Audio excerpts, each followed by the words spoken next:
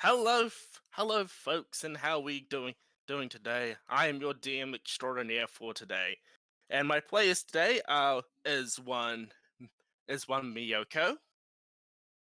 Hi there. Uh, I sorry, my uh bad. Just was gonna say hi. I am Miyoko. yep. We also have one. We also have lovely Mega. Yee! We lovely Stalix, Hello, I'm Salix. and Dan, the man who will not let Usnar run into the fray of battle every goddamn time he wants to. That might change. Maybe. I'm not sure. And of course, we have, of course, as you just heard from, we also have the lovely Lady D. Right, right. Just a bit of housekeeping before we start. Few rule few rules few homebrew rules I need to explain to our lovely party and the audience. One, I do critical successes and failures on on saving throws. If you get a critical you roll a nat 20 on your saving throw, you negate all damage. If you roll a nat 1 on your saving throw, you're getting double the damage. Also I do the free down rule. If your character drops to 0 3 times in a single battle, they are considered dead. And also, and I also, and flanking is a +2, not advantage. Right, with that out of the way, let's journey into my world of Shadowha. In the northern regions of Shadowha lie the aptly named Northern Waste, a land of frozen forests and shining glaciers. This cold, this cold, frozen land makes the most hardiest and strongest warriors of all. All the living as a clanal society. There is only one major city in this entire area, the hold of Man Manford. Yeah, I believe it was Manford. Yeah, it was. Should really have my should really keep notes tracked. Anyhow, the all the clan ca- all the clans do self-govern themselves, but they all look to the leadership of also one man, or orc, or Goliath, or even a kobold at one point. That was a fun time for everybody. Known as at the time known as the strongest warrior in the Waste, the current High King of the Waste is one Ulfric Wolfbane. He is he is no he is known for for executing brutal strategies, and also being a very, very wise and cunning man. Some say he's actually blessed by the gods by seeing prophetic visions of the future. It is at one day, Ulfric recluded himself for 3 days. On the fourth day, he emerged, summoning his faithful Steward, one Grim the Goblin. Telling Grim in closed session, he informed Grim that it was time for his great deed to be done. He sent Grim out into the world of Shadowheart to summon five warriors of expert skill, cunning, magic, and whatever else they can provide. Grim approached all five. Grim approached all five of you, offering you all a great quest, by personally delivered by the High King himself. Gathering you all on the longboat, traveling the world and gathering you all onto his longboat. It's been many weeks. sailing for most of you. But now you see the iceberg starting to form. The temperature has sharply dropped, and before you lies the entranceway to Manga Hole, the city in the north. So what you all see before you as the longboat sails in is a singular crack in a mighty glacier. Sailing into the glacier, you see built-in houses and settlement carved into the icy cliffs surrounding you. Makeshift dockways have been built onto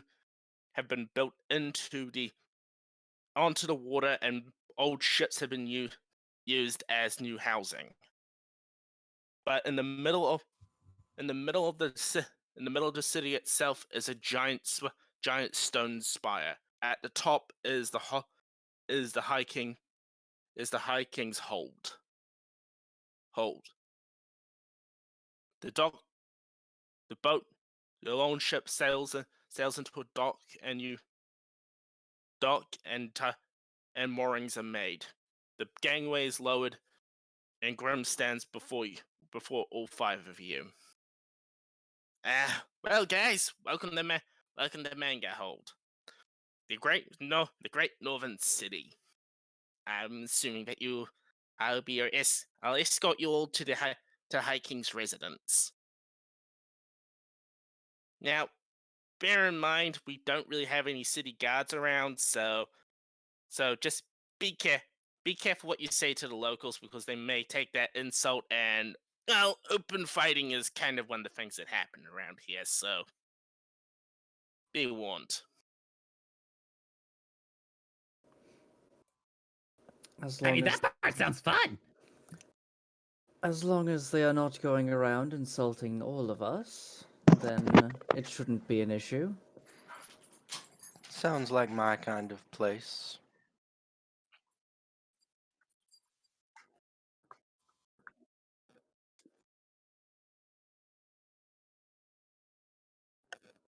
Oh, don't you worry about me, dearie.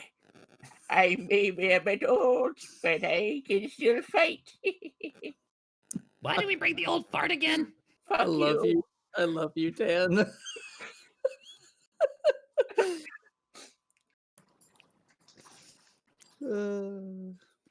So yeah, So Grim starts leading you guys through the city. We'll start off with Miyoko. You wouldn't mind giving us a quick description of what your character looks like?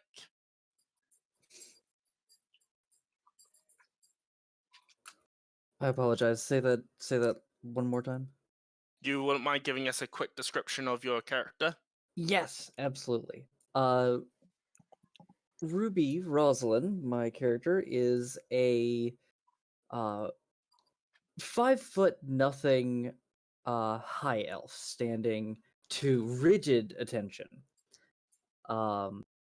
She has nice shoulder length red hair, to which she was named for.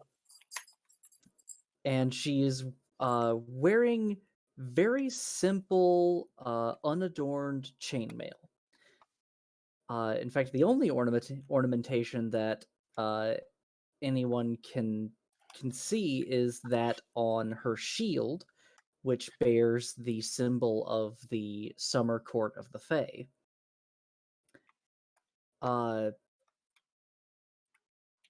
As she marches through the streets, one can definitely tell the discipline that goes into her stride, and her very essence, one could say. Her very existence just seems to be wrapped up in this very soldier-like manner, though it should be stated that while there is discipline and a strictness to her, it also seems to be paired with a compassion.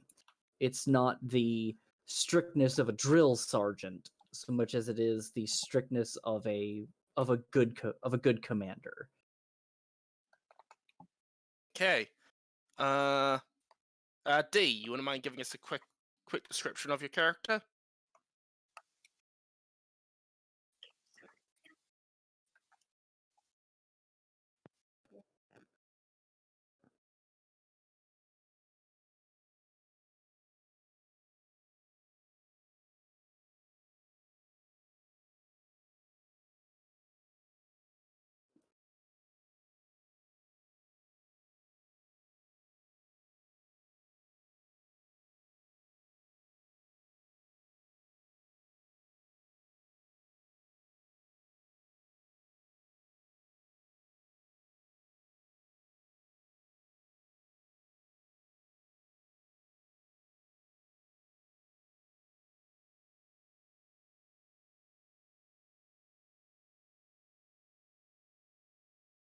Okay. Mega, you wouldn't mind giving us a quick description of your character? Yeah, so we have Crisp here. That's he is a oop, don't want to get this wrong. Like Spinagon? I Yeah. Yeah, it's a Spinagon demoted imp. And like walking around in his 3 foot nothing self. It's like dressed up basically like a cowboy.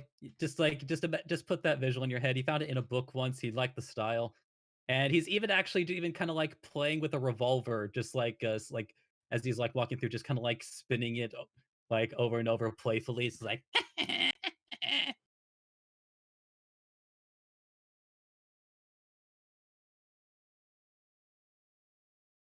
Damn. All right Damn, then. that one big kinku. She Okay. she ate her Wheaties. Mm. Okay. Salix. Quick Yes. description. Hello. Yes.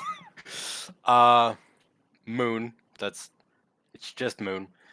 Is a 5'8" tall human with about mid back length, very thick, very curly hair, brown hair, and just wearing a very nice deep red colored shirt and a pair of black skinny leather tight black skin tight leather pants.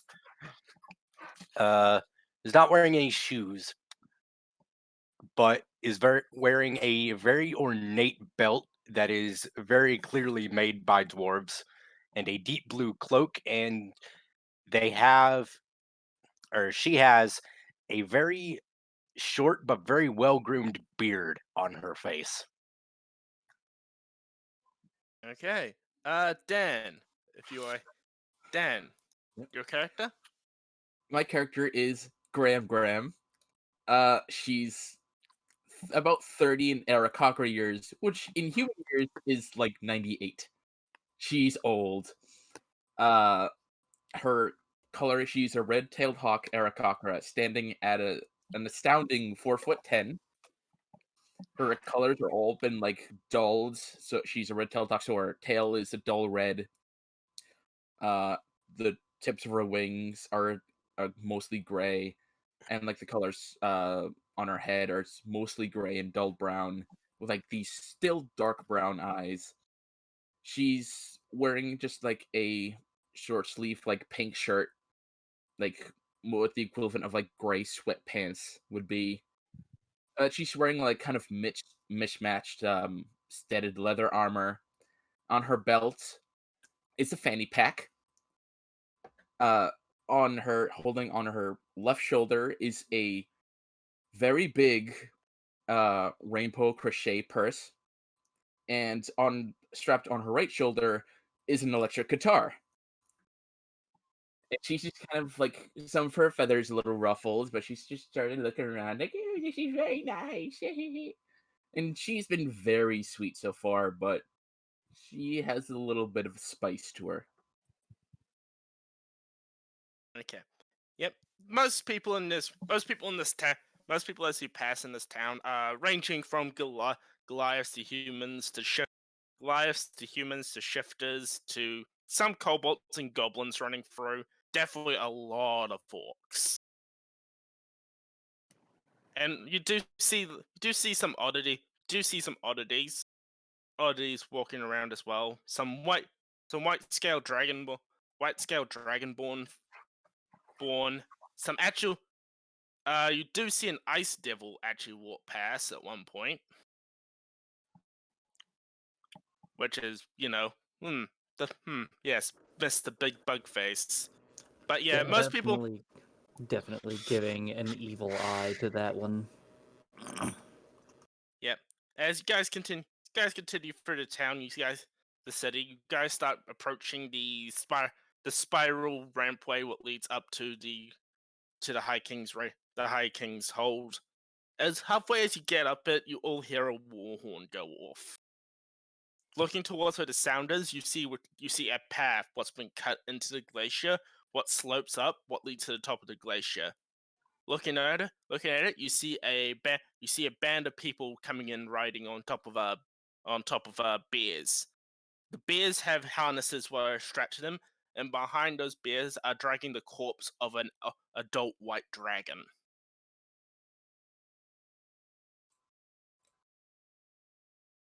Yeah. I see.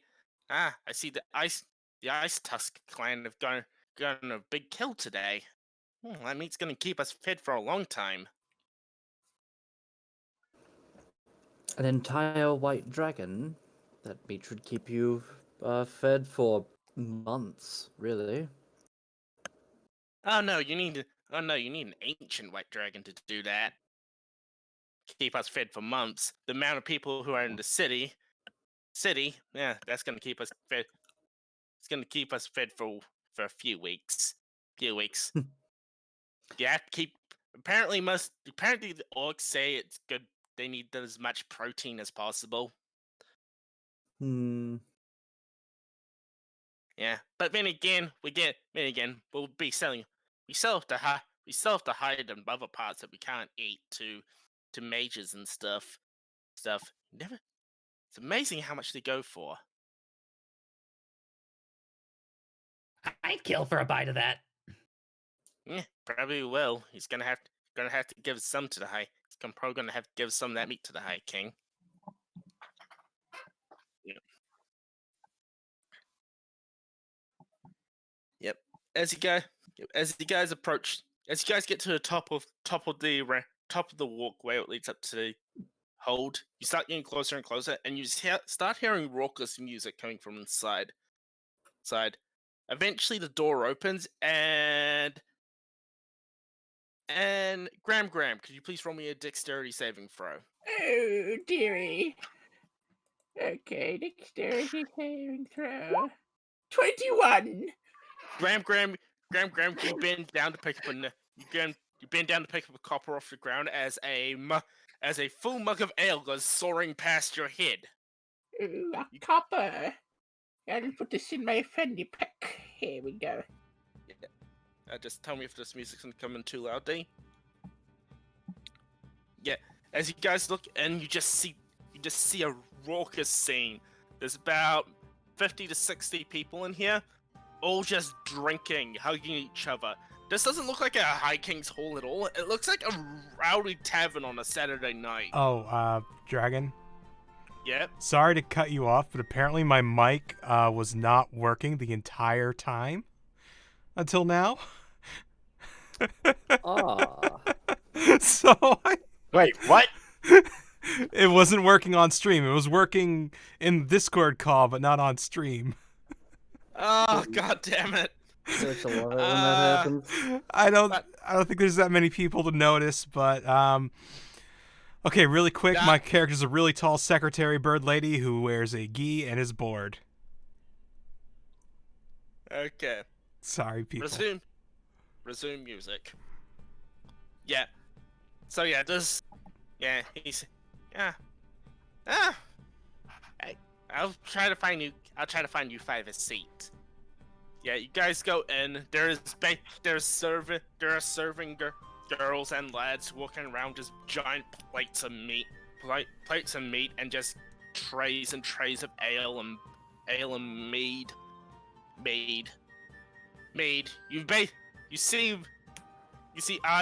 You see people hugging each other as they look absolutely plastered.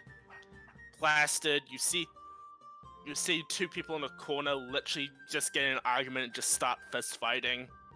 It is just this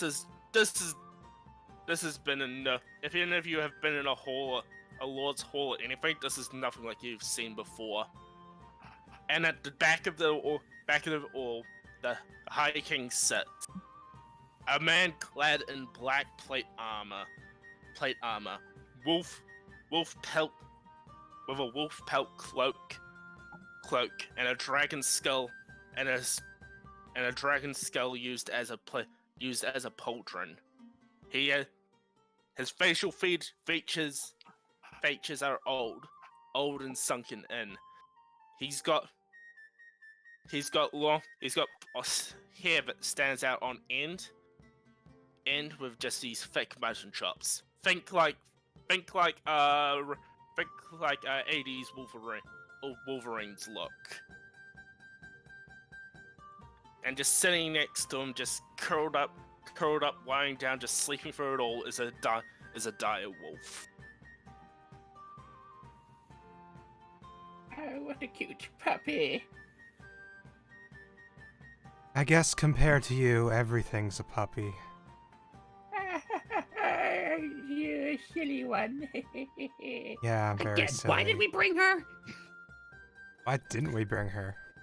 Obviously, our employer feels that she has some power, so I look forward to seeing that in action. Well, if our- Maybe. Well, if our employer is just doing all this, I'd say I like him. I mean, either that or just a very complicated euthanasia. Speaking as one very experienced person to another, I do look forward to seeing you in action, especially with that guitar. Oh, this thing.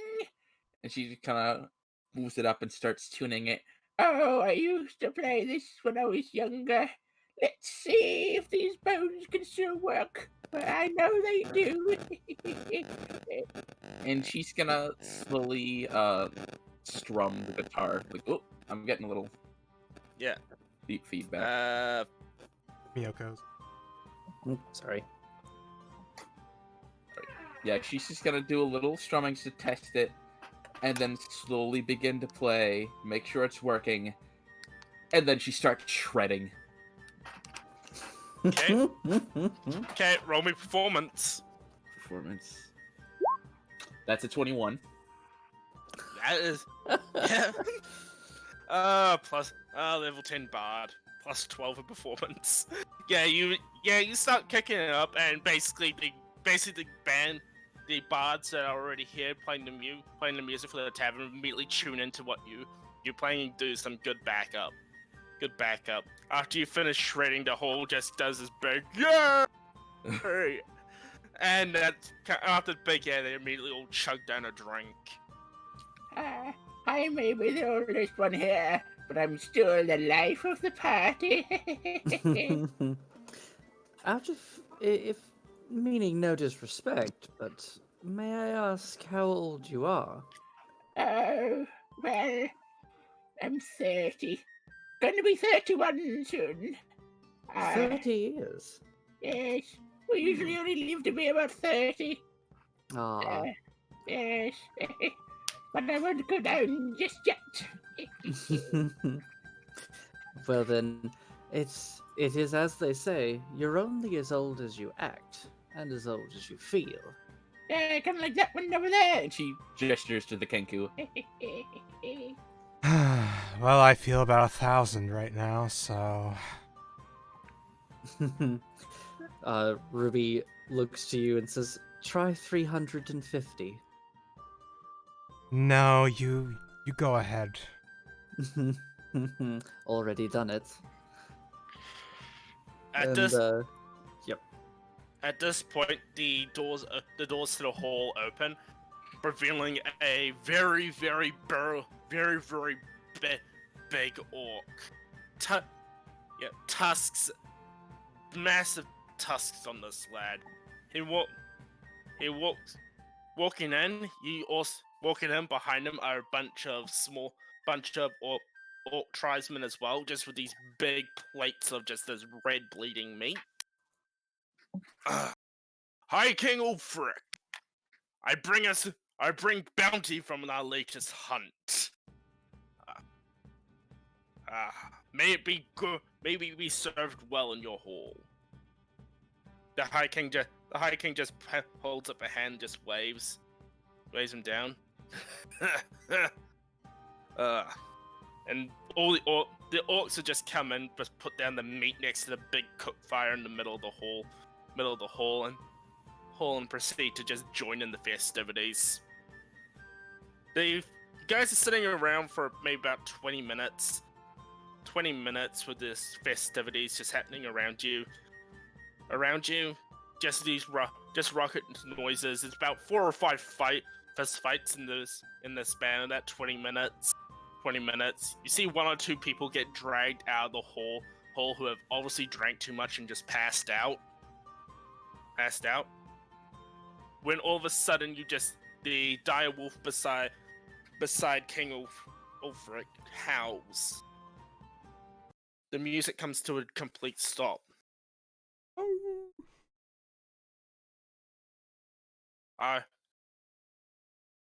The ones who have kept Grim. Yes, Bass. The ones that you were brought.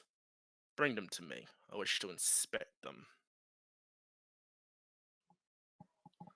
Yeah, Grim just starts waving you guys over in front of High King Ulfric.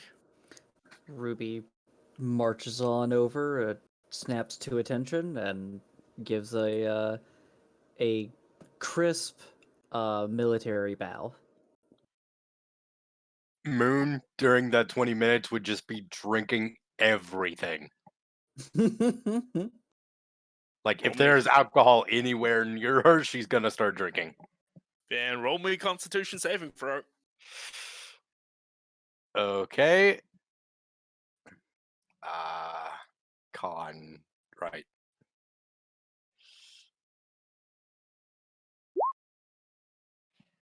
Well, 4. Moon's completely blasted. Probably a bad idea to drink everything you see. I just kind of pick Moon up like Moon is still standing, and I kind of walk over to the king with her and do my best attempt at a bow and say, "Your Grace." You have some really good booze. Crisp kind of like flies over, and once he lands back down again, just kind of like sticks his pinky in his ear. Yeah, Grim is flapping over away from the bards and like just lands down in front of him. Oh, aren't you a cutie? The High King just starts looking over you guys.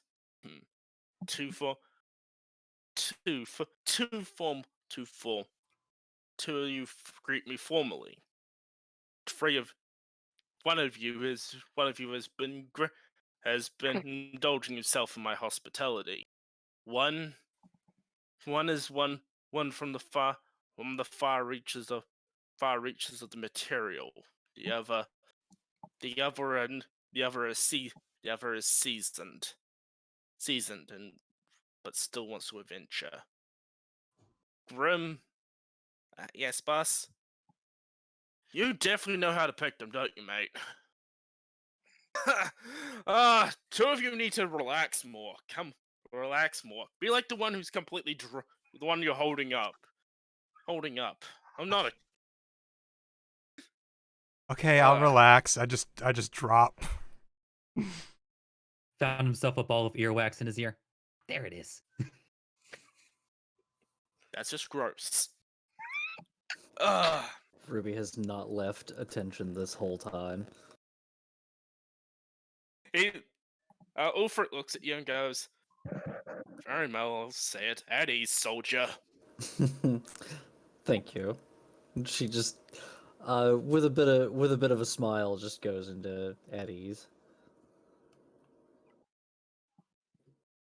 So I have so the five have been brought and, very well. I I require you to all do a quest for me. A quest that what I what I must what I must see completed. But the stipulations of completing the quest required me to gather outsiders from the realm, to much to the protest of most of the clans. But I do believe you. But you five shall succeed. I have seen it. Any, in any case, High Elf. You know?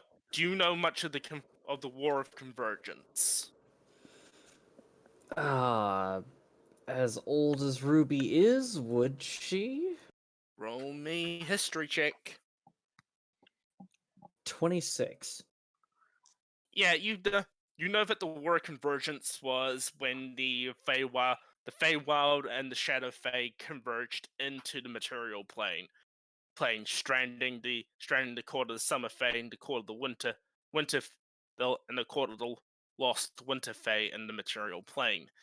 You know that this did irreparable damage to the material plane, and most of the mortal races was not happy about that. So there was about a good 50-year period when the forces of the summer and winter, the summer and winter, the summer Fae had to do battle with the forces of the material plane until everyone pulled their heads in and just came to a reasonable peace agreement.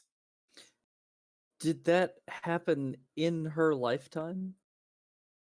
Peace was called about when you were born, 350 years ago? basically. Okay. Well, I was not around at the time, but I do know a fair deal since it was very recent history when I was growing up. My life's goal for the present has been to retake the Winter Court. So Hey. I should hope that I know something of it. Very well. I shall tell you a bit of history on my end. One of the things that was rapidly lost in the for in that war were many of the dwarven crags. These great dwarven strongholds were either completely collapsed and destroyed in the ensuing disaster that was the original convergence, or were raided and pillaged by opportunists. These the great the greatest of these crags was known as Frost Forge. This forge had a great and true artifact treasure in it. A forge gifted by the god Vulcan himself. Was able to craft many a wonderful item, all at mass. No matter what was forged, it was a masterpiece, imbued with magical energies like no other. This forge used to lie in the heart of the original Northern Waste Kingdom before it became what you see today. And it has been revealed to me that this year that soon the forge will be. It was revealed to me that 5 adventurers sent out into the glacier fields will find the forge and reignite it. So that's your quest. So that is your quest. I wish you to venture out into the glacial waste and find Frost Forge hold. Is that all? Yes, Will that. will we be equipped for the winter uh, temperatures? Yes, I've already got. Yes, Grim has already been securing equipment and gear for you for the travels. And Excellent. I have tasked our greatest hunter to be your guide on the glacial waste.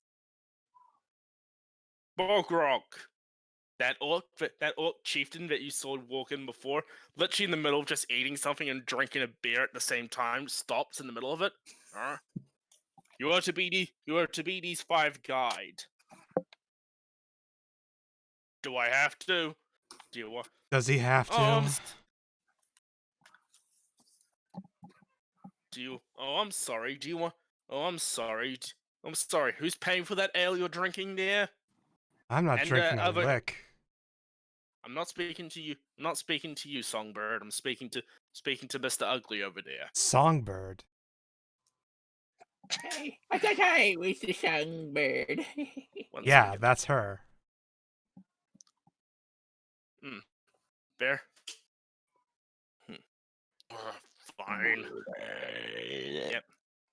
Yes. Fine. You see the orc just, stubbornly get up and join the 5 of you. I accept you. Your equipment will be ready down at the pathway at the entranceway to the winter waste, to the glacial wastes. May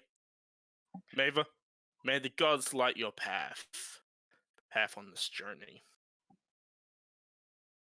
And with that, Grim taps you guys on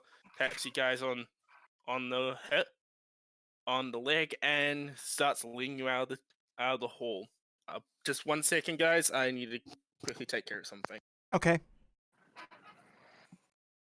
While he's doing that, I hope you are enjoying the impromptu art exhibition.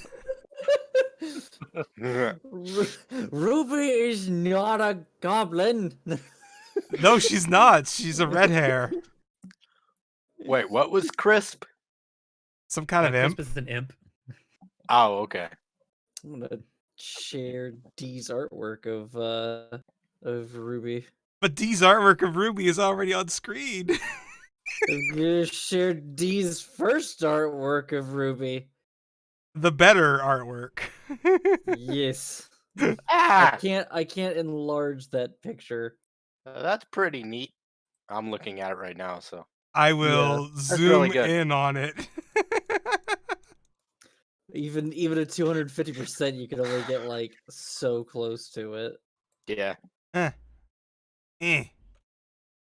could do this. There's a way to increase its size, but I don't know how. Yeah, you have to have like DM permissions to like resize tokens. Yeah. I really like what you did with Graham. Now you can see why I've been having such trouble not blurting out this character. Yeah. I have no idea what Crisp looks like. I don't know. And I forgot what Alex's character's name is. Oh, Moon. Moon, that's right.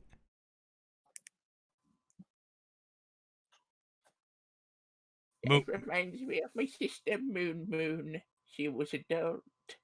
I'm using like this image as a reference, but also basically just dressed like a cowboy.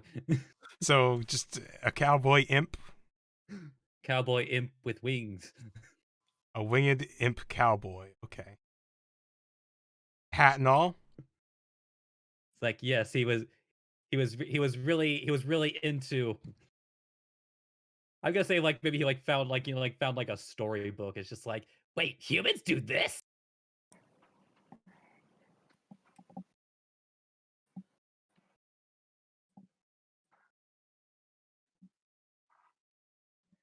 I would have came here a lot fucking sooner.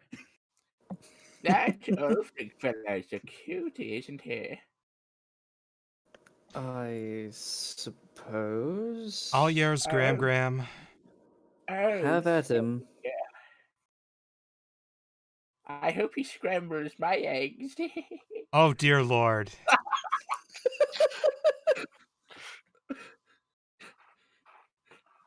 I don't know. Have you checked the expiration date on those eggs? I haven't actually. I think I laid them like 3 years ago. Oh my God. Going to some I may kinky. play a guitar, but I haven't made scrambled eggs in like 10 years. It's like, I don't know how many human years that is. I haven't had a good breakfast in quite some time. Now, when you say breakfast, I now mean, a breakfast. It's the thing you eat in the morning. Get your mind out of the gutter.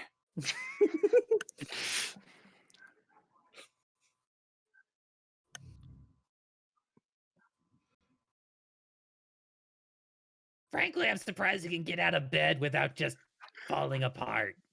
She'll just like point her wings. I can fly, Sonny. I mean, I can fly too, but that doesn't change the problem. Age does not necessarily mean that one is incapable. That is I'm just correct. suggesting that maybe a strong gust might be the end. That would be what I was addressing. Looks can be deceiving, is the point. Sorry about that, folks. I was called away. My older brother literally ran into my bed, literally burst into my room and dropped off a plate of poached eggs, bacon, and mushrooms in front of me for breakfast. So I had to quickly scoff that down. ah Nice. yes. We were just So talking about I'm- eggs and breakfast earlier. Yes, Oh, I yeah. was listening to that entire conversation while eating my poached eggs. I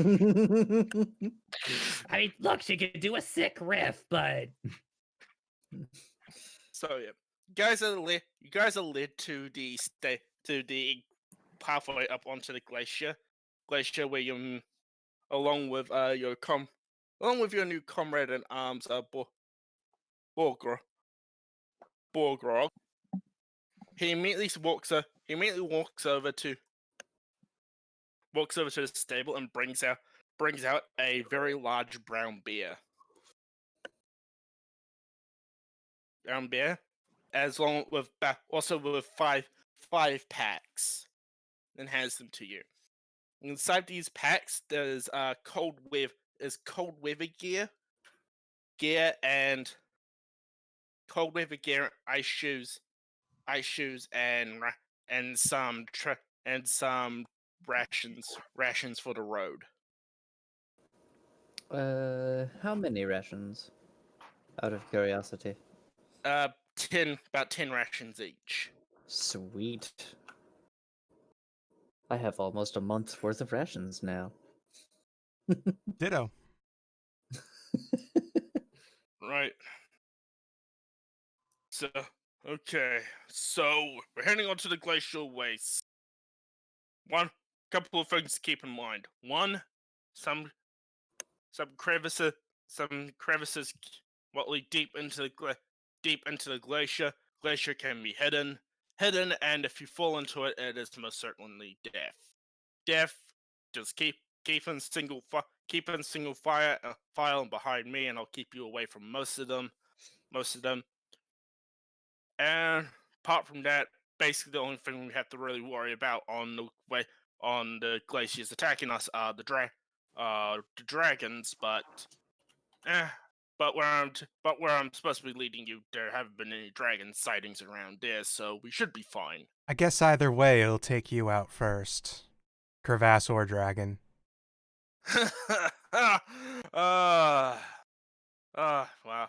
Well, it's a long time since I've traveled with pessimists. Right, come on. Alright, come on. We're burning daylight. Let's get moving. And just so that we all know, we shouldn't need anything for creating any campfires at night or at any point. I have something that can keep us warm for that. Well, that's why I got. Well, that's why I got Bara here for. Well, I would gladly keep you warm, love. No. You can keep me warm. Ruby just Ruby just pushes the drunk one closer towards Gram. I forgot how horny mortals are.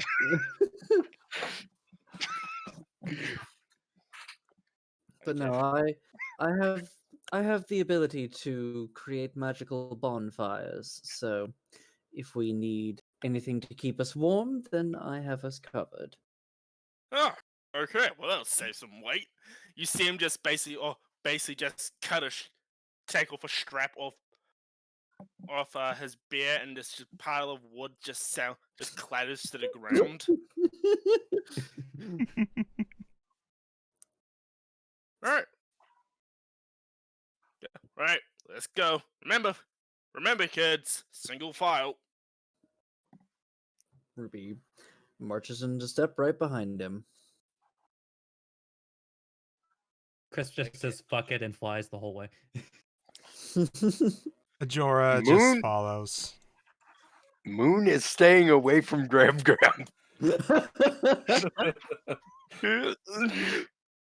Gram is gonna be doing a mix of like flying and walking, kind of like that flaps a little bit to get like up near the front, then walks a little bit, kind of resting each of the limbs as much as she can. Yeah, you guys move out onto the glaciers. You looking out onto the glaciers, is basically just a desolate. It is basically just a eternal expanse of just white.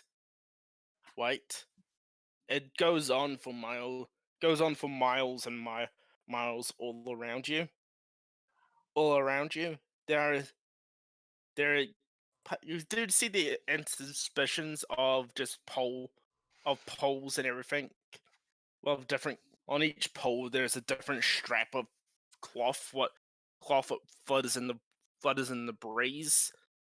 When it's a certain color, you guys immediately turn to go a different direction away from the pole. Come across another pole, go different direction.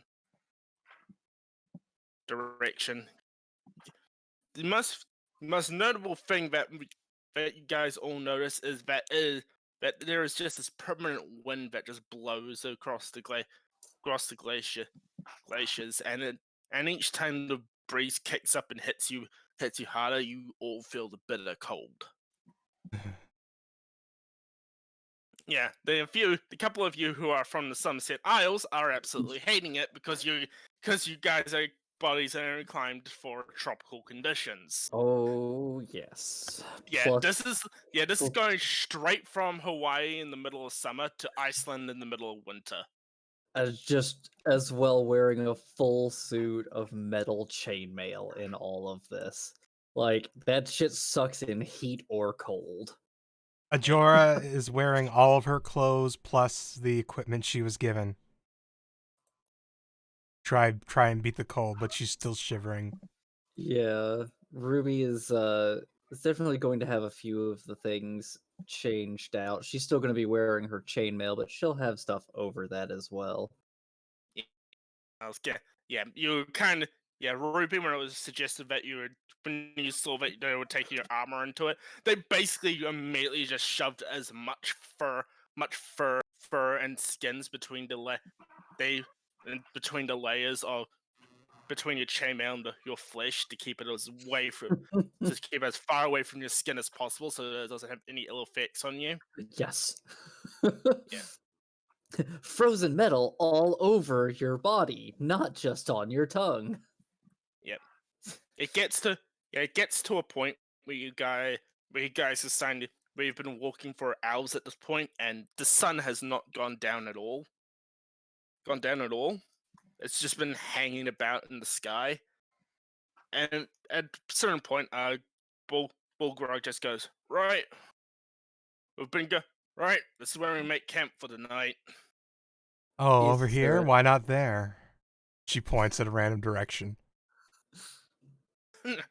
well over there, well over there, I'm pretty sure is a crevice, as a crevasse. Well, if you want to go camping in the crevasse, be old me. Well, go ahead. Well, Me, we didn't discuss payments, so I might want to take that route. trust me, The High King is. You wouldn't be here if you haven't already agreed to payment. And Ulfric, he's a just fair man. Bit soft sometimes. Sometimes in my personal opinion, but he is a but he is a but he's a but he is a strong but he is fair. You'll get your reward. Quite frankly, the crevice would be out of the wind, would it not? Yes, but the crevice goes down about two. But crevices can range in size and depth from about 5 feet to all the way down, but you're hitting seawater. Hmm. And if that happens, you're dead. Well, you're dead. Oh, of course. So Might- it's si- so would, would it be good to gauge the size of this one? I have 100 feet of rope at least. you see him I was start. only You see him start. joking. You start seeing him take off his beard this large tent. I do have a tent. Hmm. Very well. Guys, start putting up the tent. Start putting up the tent and everything. Basically, it's just this fur. It is just a patchwork of this tent's just a patchwork of different types of furs and skins from many types of animals. You see bear fur, wolf fur, seal skin, dragon scales. It is a real patchwork. At that point, and once the tent's up, and Ruby, do you use the bonfire to make bonfire? I will have our guide basically pick a good spot for it so that it's not not gonna set anything off with the heat that it generates. Yep. Yeah. He picks a spot. He picks a spot where basically where the heat is gonna come.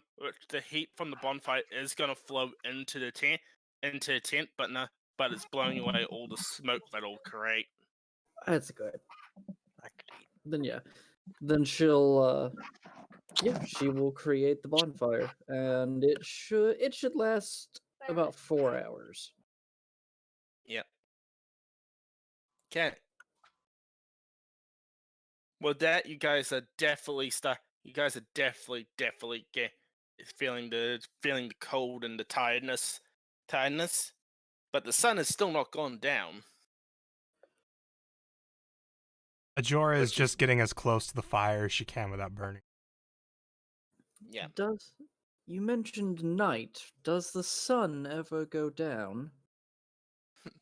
We're currently in the period of longest days, aka we got sun on us for when the sun doesn't set for the next 2 weeks. Wonderful. Well, it's a good thing I don't sleep anyway. Could be worse. Could be no. Could be no sunlight at all. That is true. That Ah. would be worse. Those are the longest nights. Longest nights we have no sunlight for about a month. Please tell me it's not colder then. Trust me. trust me, when that comes along, most of us are aboard ships and now and going down south as fast as possible. Okay, so you haven't lost all of your sense. That's good. Not Sounds my like tribe. some time to No- me. Not my tribe. Not my tribe, though. We stay here and face the winter. The vampires will come up in the longest night. That's what you worry about. Well, either way, it is good that there is sunlight now, both for the heat that it gives us, as well as the fact that we are not a blazing beacon against the night. And no vampires. That as well. Oh well. Anyway. So right. I've seen. He just does this one. He does this 180 look around the horizon. Well, I see no signs of dragons, so I think we'll be good. So I don't think we need to set up a watch. I think we'll be good.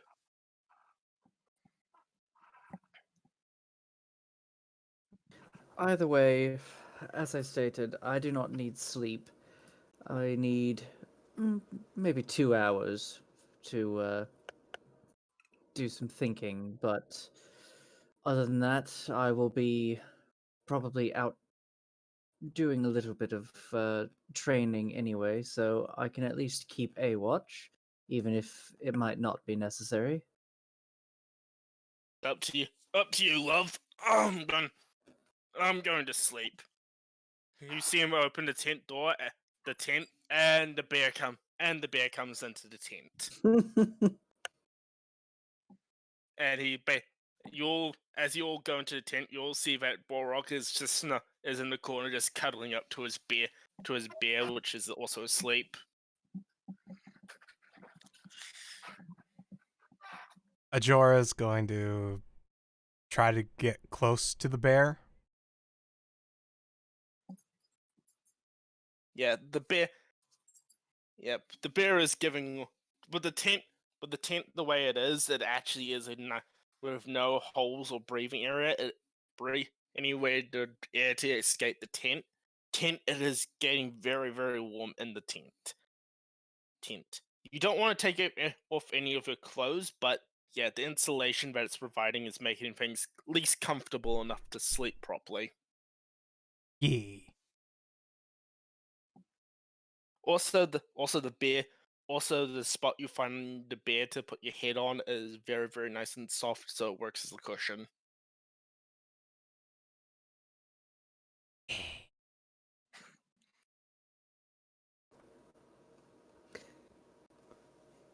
Ruby will spend like 2 hours doing what's known as a trance, where she really just looks like she's sitting down meditating. Yeah. And then after that, yeah, she is awake, and she's probably gonna spend a good 3 hours just outside, keeping somewhat quiet, but you might be able to hear the sound of her footfalls crunching the snow as she practices her sword thrusts and sword swings, Yep. making sure that even during a peaceful time, she does not lose uh, the practice that she has. As the hours tick away, while the rest of your party sleeps. About 8 hours, you'll get a long rest and wake up the next day. Moon, your head is incredibly sore from from all that you drank last night, yesterday. All right. Rush. You'll get up and start digging into your travel rations. Borgrog puts down the tent and repacks it on Bara, and you'll start getting ready to head off until I need you all to roll me a d3. D3. Okay. What's a D3? Just slash roll D3. Okay.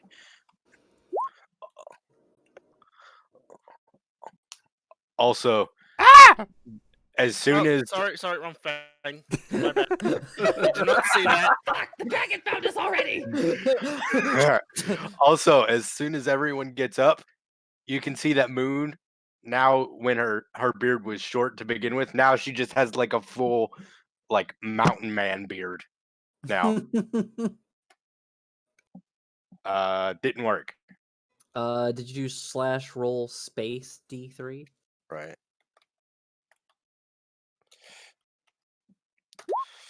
There. 3. There you go.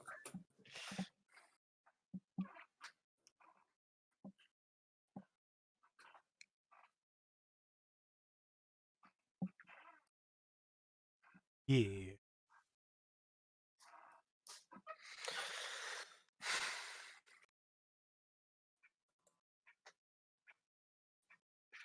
Should we be scared? Always. I mean, all those 3s and 2s are either good or bad. Be scared that they are bad. Be even more scared that they're good.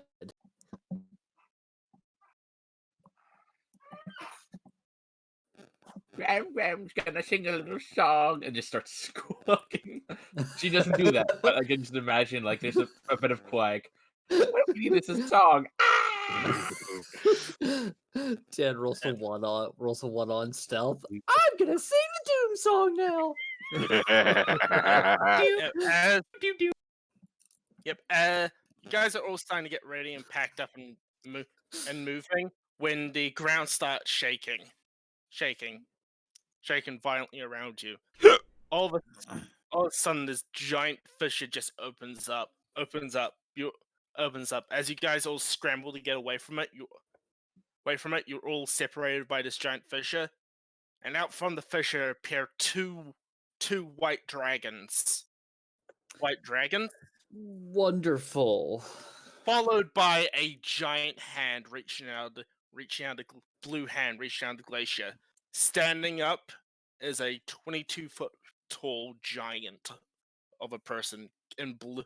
His skin is this deep blue, covered in furs and pelts. Yay. Oh boy! Everybody roll initiative. I had a feeling. Fun. Ooh, sweet. I wasn't clicking my character. I critted my initiative. I don't even know which one I am, but There we go. Thank you. Yeah, I don't know which one I am either. I don't either. I just Okay. rolled a You should be able to hover over a token, and be able to click it and move it. I've got 2 that I can click. Yeah, me as well. I know which one mine is. I don't know whose this is. Then that is Salix's character. Salix, you are the pink. Okay. Okay. Jorah, you are the blue. And I don't Graham, even see the. just the blue dot on it. That one. Hey, There's not even like a token that I see. You don't. Scroll all the way out. Do you see? Oh, the stuff at okay, the top okay, there. Okay. hey, dragon. Yes. I also have a thing called Rockish Audacity, Yep. Rakish. which means I can rakish, I guess. I can add my charisma modifier to my initiative. Yes. So you Yep. add your dex and your charisma modifier to your initiative. My charisma is +3. Okay. So you would have a 19 then? Yes. All Okay, right. you could literally like go into it and just like edit the number. Yeah, there's a way to do that. You On literally your... just click on the number once Salix rolls it. Oh, really? No. Yeah, Salix has already rolled it, so that is a 19. Oh yeah, over there in the turn order thing on the left. Yeah. Yeah. Okay, and oh, my sweet children, why do you roll so bad?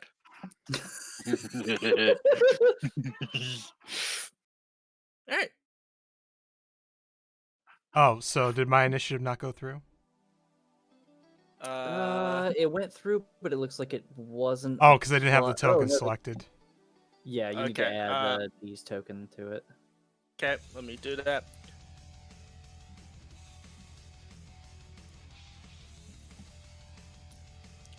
Oh, it is. This isn't copyrighted music, is it? No, it's not. Good. This is a cover. Good. I made sure all the music that I selected for the stream is cover. Ah. Okay, Ruby, you're up first. There is a white dragon in front of you. Ruby looks to Moon next to her, smiles and says, "Come, let's show them what we can do." And then, as an action, or rather, she pulls out her longsword and has her shield, and as an action, her sword lights on fire. And then she's gonna step up and action surge. Let's see. I read through it, and Fire Tongue, the Fire Tongue to ignite the sword is actually a bonus action. Oh, sweet. Then I don't need to action surge yet. Thank you. Let's see. There's my tactical commands. Okay, I am going to use the Mark Foe tactical command. I make 1 weapon attack instead of 2, and whether or not I hit, the target has disadvantage on attacks that don't include me as a target. Okay, 21 to hit. that hit. 4 slashing damage and 6 fire damage. Yeah, you get in there and just slash across this dragon's face. It's just it roars at you when it approach it with the flaming blade. And then let's see. Then I will action surge. And I am going to, let's see, I'm going to use 2 1-cost abilities. For those watching that don't know, the archetype, I'm a fighter with the Warlord archetype, which is a community-made archetype on D&D Beyond. Basically, it acts like the Warlord from 4th edition, except that the way I use my abilities is it costs me attacks to be able to use them. Some of the abilities give me attacks, a lot of them don't. But let's see. I'm going to use Unbalanced Foe, which is a 1 cost. I make a weapon attack, and I choose an ally within range. I'm going to choose Moon. If the attack hits, until the end of my next turn, the ally gains a bonus to hit the target equal to my intelligence modifier. 19. That hits. Okay. That is another 5 slashing and 7 fire. So, Moon, you have an extra +4 to hit that dragon. And then... let's see. I will also use Instruction, which is another 1 cost. So I make 1 more weapon attack. Let's see, and I choose an ally within range and a saving throw type. The saving throw type is Dexterity. And if I hit, you gain a bonus equal to my intelligence modifier until the end of my next turn. But I'm gonna guess that a 9 does not hit. No, 9. Nope. Yeah, this dragon's a lot more on guard now, and basically, as it comes in again, it just swats with its wing, just swats your blade away. All right. And then as a free action, Ruby will say, will say, excuse me, Moon, stay close to me if you wish for additional protection. And by that I mean, stay within 5 feet of me. And yeah, that Okay. is my turn. Okay, Moon, you're up. Moon is gonna move right here next to the dragon. Yep. Is the dragon focused on Ruby? Well, yeah, Ruby's the one with the flaming sword. One hit it twice. Good. Then I'm going to sneak attack it. Okay. I'm not sure how to do this. Okay, roll a normal attack. Roll a normal attack with your short sword. Okay. Short sword. That hits.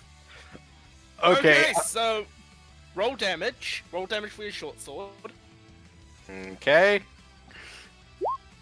8 plus 4. So that's 12. Okay, so your sneak attack at level 10. 5d6. That's 10d6. Now it's 10d6. Yes. Yeah, due to it being a crit, that's 10d6. So roll me 10d6. Okay. 10d6. Dice roller. Roll 10 d6. Oh, no, I don't want to roll. Damn it. There. You can also type it into the chat box if that's easier. 44. So, okay, so... Yeah, as you finish saying stay close to me for additional protection, you just see Moon come in for this short sword, jump at the dragon, and literally stab it directly in the eye.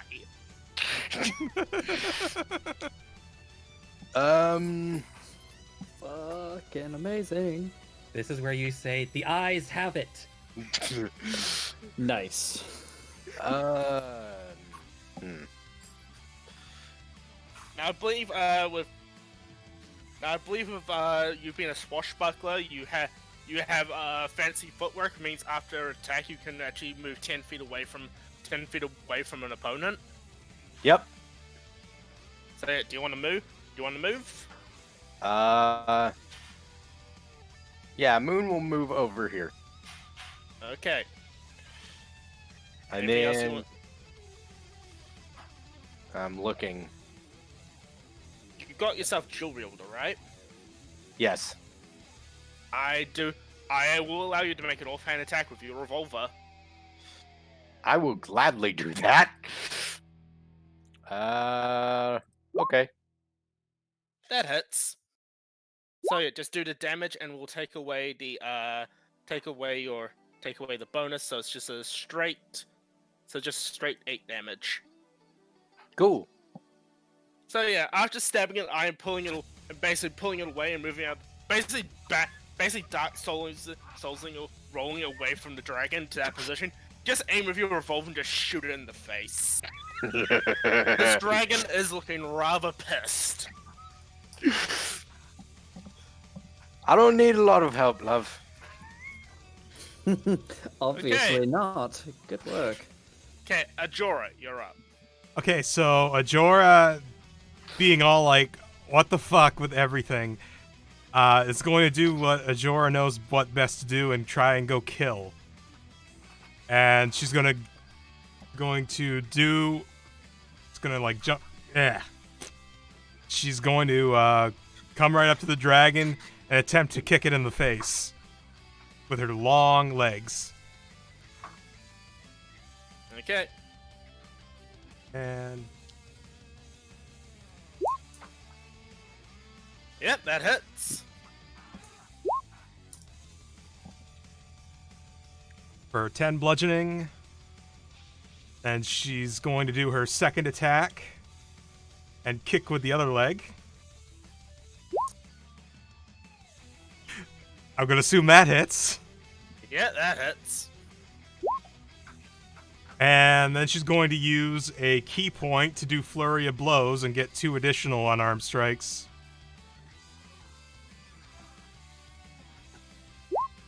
That one probably doesn't hit. Well. No. Alright, well, let's see the fourth kick. Oh, fourth kick is a That- Pele kick. Yep, that hits. Alright, and she is going to do nothing else because she already used her bonus action. Yep. Okay, so best way I can describe what you just did, Ajora, was do what Liu Kang Yeah, bicycle Liu kick. Kang does. Yeah, it does in Mortal Kombat, the bicycle kick. So you just basically just jump up in the air and just keep kicking it in the face. Alright. Okay, Gram. Gram is gonna fly 20 feet straight into the air, and she's gonna whip out her guitar. She looks to Ajora and says, When birds of a feather may stick together, go get him, dearie. and I'm gonna give Ajora a Bardic Inspiration, which is at 10th level a D10. And that was a bonus action. For her action, she's gonna start shredding on her guitar, and for flavor, it's gonna be this music. So that guitar, you hear that playing as she, with an attack, sends out 2 beams of Eldritch Blast at the Nice. dragon. 12? That misses, unfortunately. Second? No, that misses too. Oh, I'm not as good at this as I thought I was. Yeah, the dragon. Clearly. Yeah, the dragon basically just throws up its wing and just deflects it all. Oh no. Okay, Crisp. You're about 3 feet tall, and this giant's about 21 feet tall. So, there's a considerable size difference here. And what's this thing behind me? Did you say again? The thing behind you is Borgrog and his beer. Okay, yeah. Friendly Yeah, bear. yeah, so you know what? Yeah, Crisp is going to. You're gonna see a sudden dust cloud, like around where Crisp is, as suddenly there is now standing there a fucking cannon about his size. Okay, I'll put in a token for the cannon. It's high noon.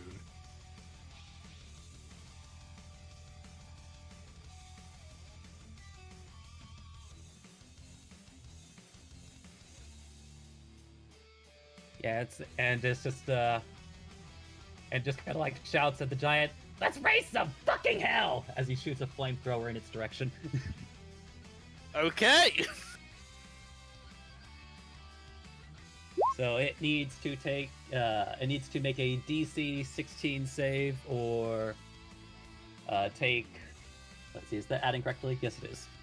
Oh no, it's not adding correctly. As there is.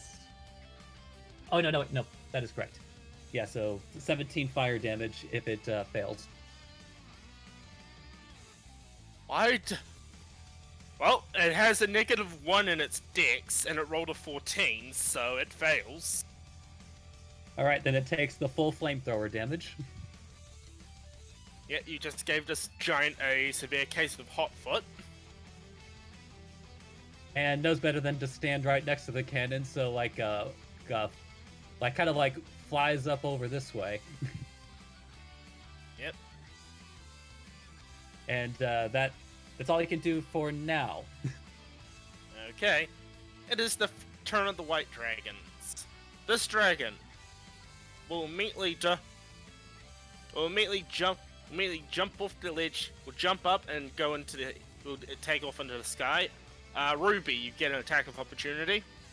Alright, I will do so. 15? You whiff it. Nah. Yep. It flies around this way and gets in line with both of you. I need Ruby and Ruby and Moon to make me dexterity saving throw. And remember, Moon, you have an additional +4 to that because of... Or no, sorry, you do not, because I failed that hit. My bad. Yeah, I'm going to use Indomitable. Being at 9th level, I can reroll a failed saving throw, but I have to use the new roll. Yep. Much better. I'll take that 17. Yep. Yep, you both pass. Sweet.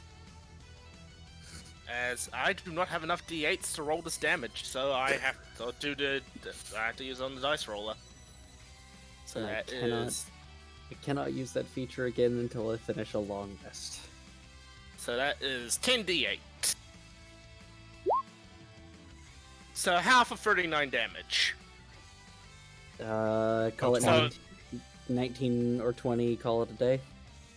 Yep, 19. Yep, you guys take 19 damage as the dragon basically flies up and does a strafing run over you guys, braving its icy frost breath. Alright. You have a dragon. Gram's out of the way because Gram's flying. Yep. So yeah, it's only Majora. I need you to make a dexterity saving throw. I will do so. Yep, that passes.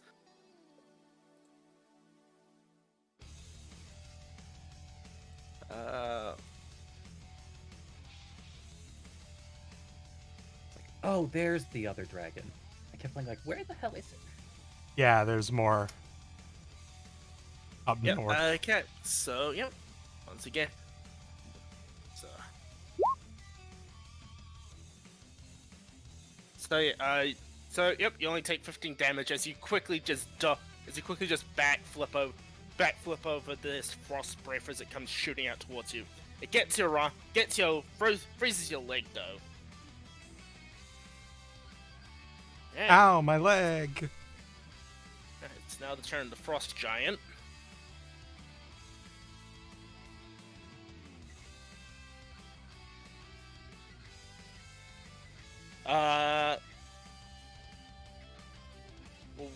Frost giant, kind of annoyed that you gave him hot foot and you were flying away, is going to throw a rock at you.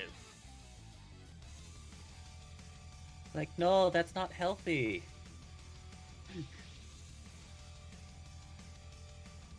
Does a...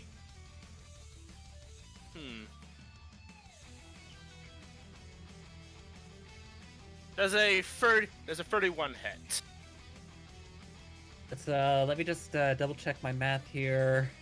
I'll just carry the 2 divided by square of pi. Yeah, I think so.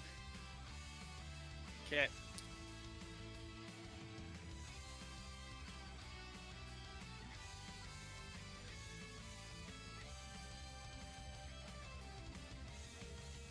Okay.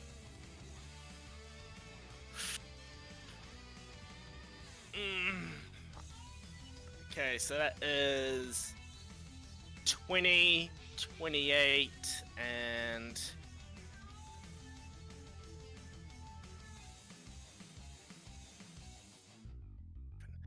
that's 37 damage as this rock careens and just smashes you in the face. Oof. Ow, you! Ow, ow, ow, ow, ow. Right, and I was an idiot and actually didn't roll your Orc's border into the turn order.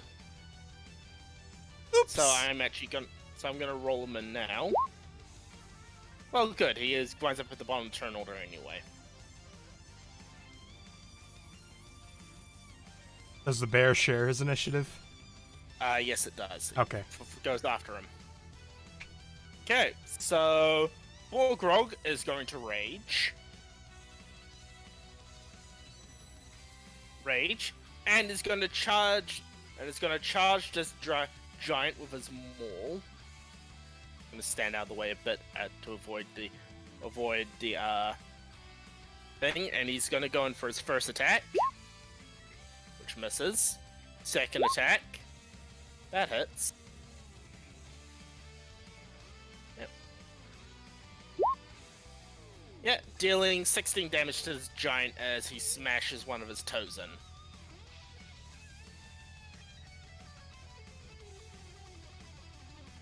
Yep. Alright. And if he uses bonus action to rage, so he can't command his bear to do anything this turn, so... Ruby, it's now your turn again. The dragon's up in the air flying. Well, shit. I have a weapon for that, but I don't get most of my extra stuff if I use that. Actually, that's not true. A lot of my stuff is make a weapon attack. Ooh.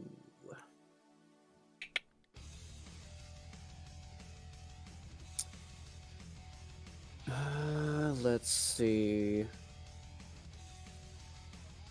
Okay, yep. I am... Let's see, because of the special property of the heavy crossbow, or crossbows in general, I can't use all of the attacks that I ordinarily would, so I only get the one cost stuff. So I'm going to use Instruction once again, and use the heavy crossbow to make the attack, choosing Moon as the ally, and Dexterity saves as the special. Okay, 19 to hit. that Okay. hits. 11 piercing damage, and Moon, you have +4 to your dex saves. An additional +4. All right.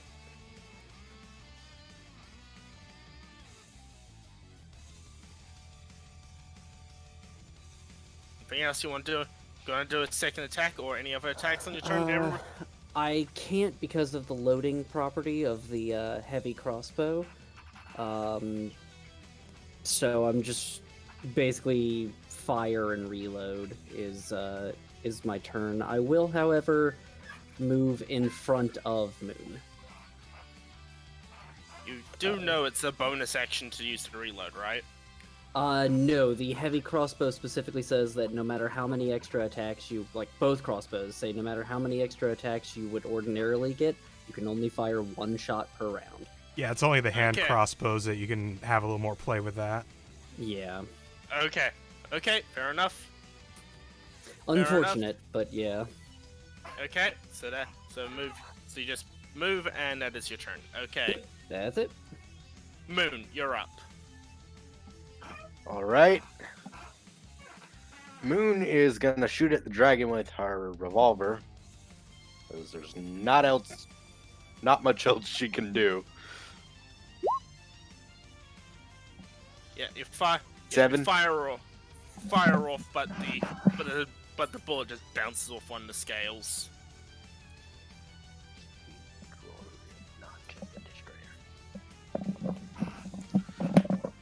Okay.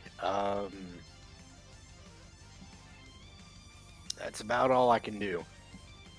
Okay. Ajora, you're up. All right, so Ajora taking, getting like one of her feet frozen, decides that perhaps the bicycle kick is not the way, and instead goes for the Tatsumaki Senpyaku for her next round of kicks, leaping off her icy foot and using her non-icy foot to go for her attack. So, first kick. 18. That hit. 7. Second. 23. That hits. 9. And going to... Let me see here.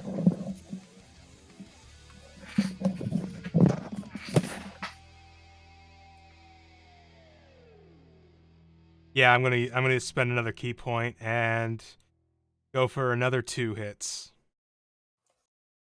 Okay, 25. that hits. 10. And 9. But Nat 1. can I roll the inspiration on that one, or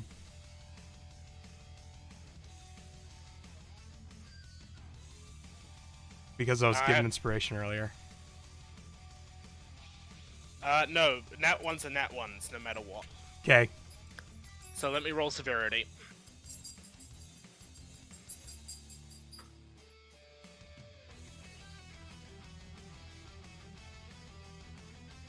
So how my severity works is I roll a d20, and the closer you are to 20, the higher. What low on the die is good, high on the die is bad, and I just rolled a 19. God damn it.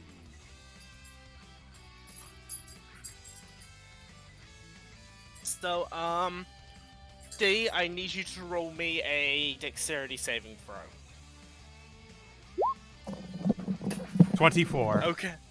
Okay. So here's how the sequence of events go.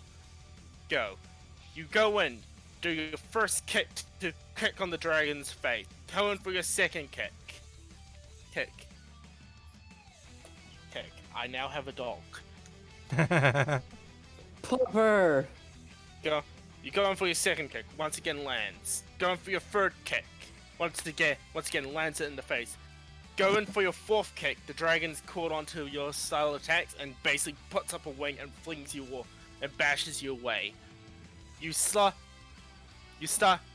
falling off the side of the cliff into the crevasse, but manage to grab onto the side of the cliff at the last second. Yeah. So currently you're now hanging precariously from the side of an icy cliff. Neat. Graham, you're... Oh, Graham. What are you gonna do? Well, I'll be ready. I'll be ready to get to Jorah if need be. Hey, dragon! You're so big and strong that you can't even knock a bird off a cliff. What are you? Stupid and weak. Vicious mockery. Okay, that is a wisdom saving throw. Abby, sorry, Abby, you have to go. Okay, can't lie on my headphone cable. Oh, that's not great.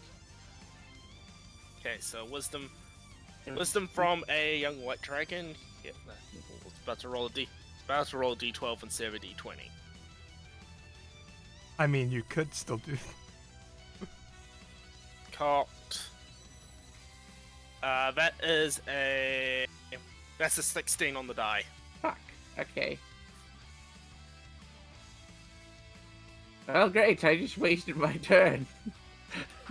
She's just, no, actually, Grammy is going to fly closer to Ajora, still being like 20 feet up in the air, but ready to dive down if need be. Okay, Chris, you're up. Alrighty, so am I on the right thing? No, I am not on the right thing. That's fine. So the cannon, literally stands up as the legs underneath walks over and blasts it again with a flamethrower. Roll dicks for Mr. Giant.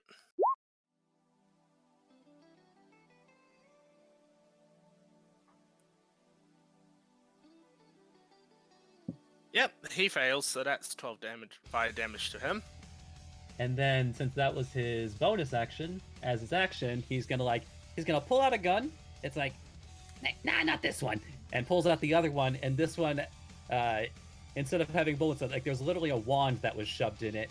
He aims it, and he fires it at the frost giant with a firebolt. Okay. With a... Yeah, that hits. Okay. See, is that adding correctly? Oh, for some reason it's not adding the extra D8 due to arcane firearm. So I'll just roll that. Yeah, just roll that extra D8. Not much, but okay. Yeah, you fire it and you catch some, and the firebolt hits it and it catches some of his beard alight. He looks down at the smoldering beard, looks back up at you, and does any of you speak giant? No. Nope. I speak Dwarven. I don't know if that's close. It's the opposite. No. Yeah, well, he starts saying something in giant. Giant. And your orc friend looks at him like he just insulted his mother. Okay. It is the white dragons again. Let's roll to see if they get their ice breath back. None of them get their ice breath back. Phew. So this one was fighting you, Ruby. Swoops down, lands here, and it's gonna go in against you for gonna do first its bite attack against you. Okay. That is a 19. That is a 19 to hit. Just barely hits. Okay. One of them.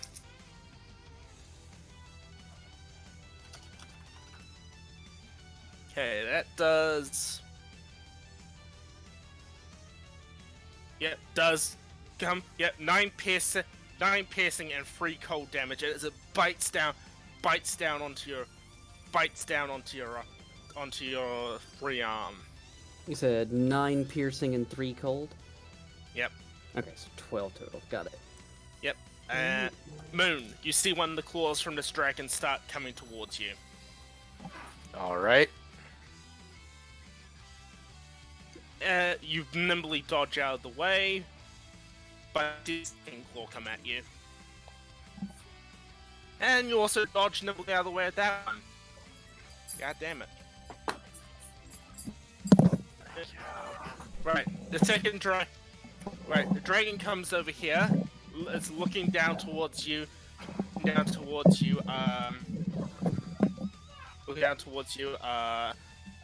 Ajora. And what it's going to do is use its action to try and Right. push you off the cliff. Ye.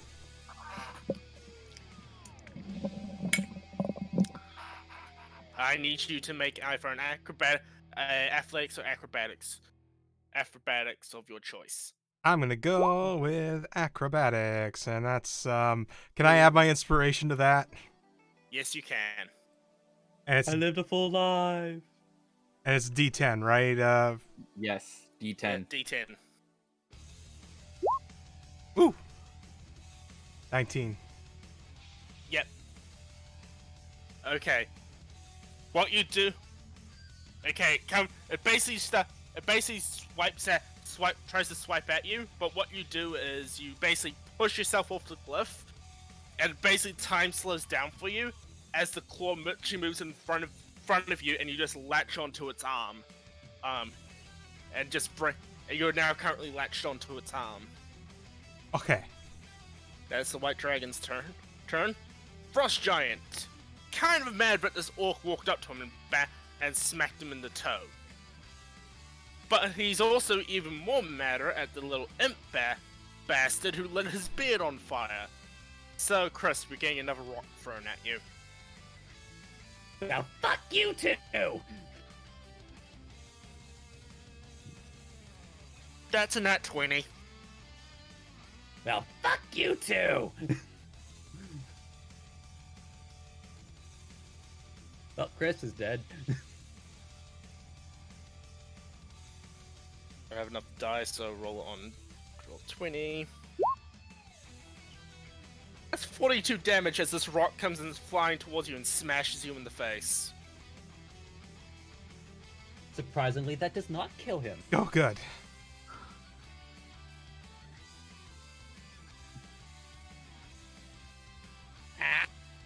That's the Frost Giant. That's the Frost Giant's turn, as it's now turn of Borgrog. Borgrog, mad but he's not being taken seriously at this point, is going to smack him again in his goddamn foot. That hits. He's also making his attacks reckless, by the way.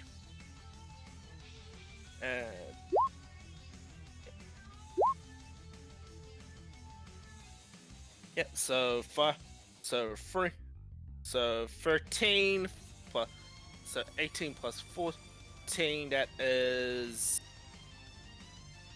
18 plus 14. Oh, crap! Why do I have to be bad at math? Oh, screw it, I'll just do it one at a time. 18. 32. Yeah. So yeah, he just broke he basically just broke most of the bones in this giant's foot. As he then orders Bara to come in. Bara bounds up here. Gets in position, so he gets flanking. And he gonna bite onto this giant's foot. Look up the stats for brown bear.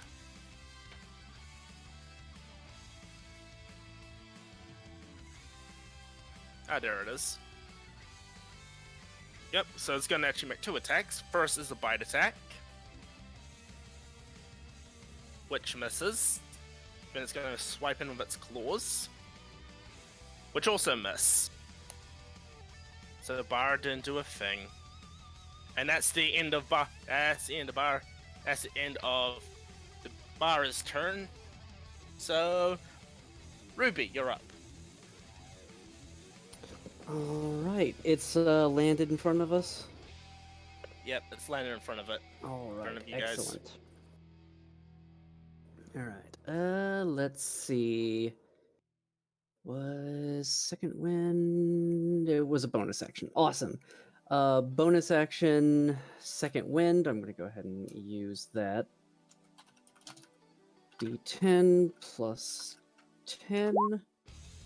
19, and good news as well, because of my Turn the Tide ability, whenever I use my second wind, allies within range of your tactical commander, which is 90 feet, features gain temporary hit points equal to half the hit points you gained from your second wind. So, everybody that is my ally on the battlefield gains an extra 9 hit points. Temporary hit points. Okay.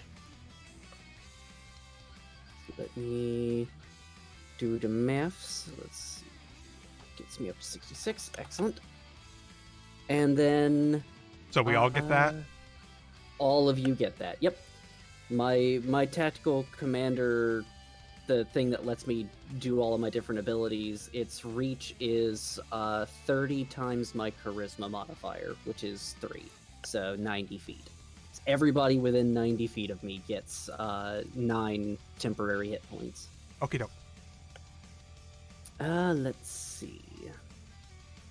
And just as a because I forgot about this, the Mark Foe ability dragon, the one that made it so the target has disadvantage on attacks that don't include me as a target, does not have a duration, so it just goes until the battle is over. Okay, so those attacks what were against Moon, what missed against Moon had disadvantage. Yes. Okay, I'll remember that for next time. Pretty much, if that dragon attacks anybody that's not me, it's got disadvantage. Let's see. I've got 2 things I can do here.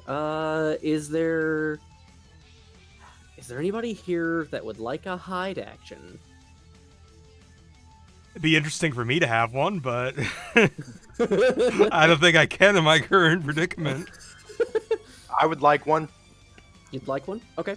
I'm going to use Distracting Shout, so while we're standing here, Ruby bangs her sword against her shield and gives out a loud battle cry. And Moon, you can use your reaction to take the hide action. Okay. So you can roll a stealth, and on its turn it has to roll a perception against you. Right. Nice. That's 21. Very nice. And then I will use unbalanced foe and make a weapon attack against the dragon. And I'm Okay. once again choosing Moon as my ally for this ability. 23 to hit. That hits. 6 slashing, 7 fire, and Moon, you once again have +4 to hit it until the end of my next turn. Cool. And that is my turn because I have no more action surges. Okay. Moon, you're up. Okay. First, Moon would like to move over here, Okay. and I'm gonna try to stealth attack it again. Okay. Going for that sneaky stab. Roll the Yep. hit. 15. I'm gonna say, I'll say, if you move up to this space here, which you have movement for it, you'll have flanking. Actually, wasn't Salix already hidden to begin with, so didn't Yeah. have advantage? Yeah. Yeah. All right. So But you flank is actually do hit +2. with a nat 20. You do actually hit Okay. with a nat 20. Yee. All right. Let's So go. that was. So what? That was 10. Yep. Oh, 10d6, yeah. 10d6. okay. 33. 33. And don't forget the short sword. Yep. Short sword. Damage. And then I'm going to run back this way. Actually, try- no. How do you want to kill this dragon? Oh, cool. I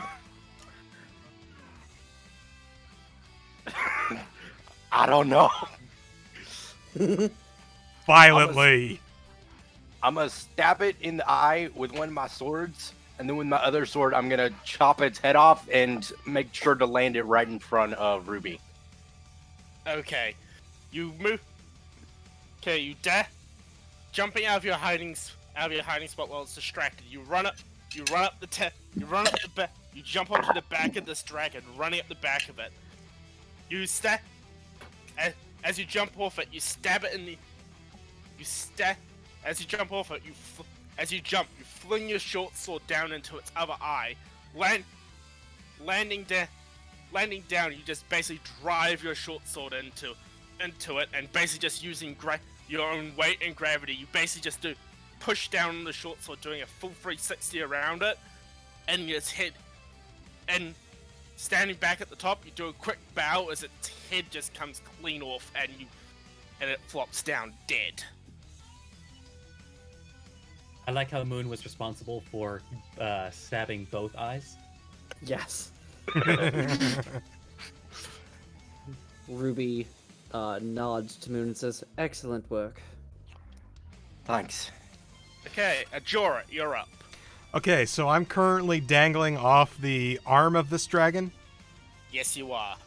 Okay, I want to use my movement, if you'll allow me to kind of do a reverse Fred Flintstone and climb onto the dragon and boot it in the head a few times. Okay, go. Yeah, go ahead. You can use your movement to climb up the arm of this dragon to smack it around a bit more. Okay, I'm just putting myself there for the flavor. All right, so going to kick it once. That hits. Kick it twice. That hits again. And continue to use Flurry of Blows to continue to hit it. Yep, that hits. And last kick. And Soft that one. also hits.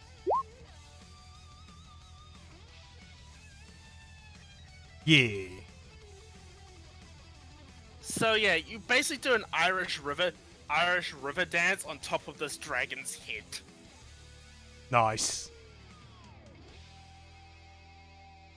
Graham, you're up. Gram's gonna fly right in front of its face.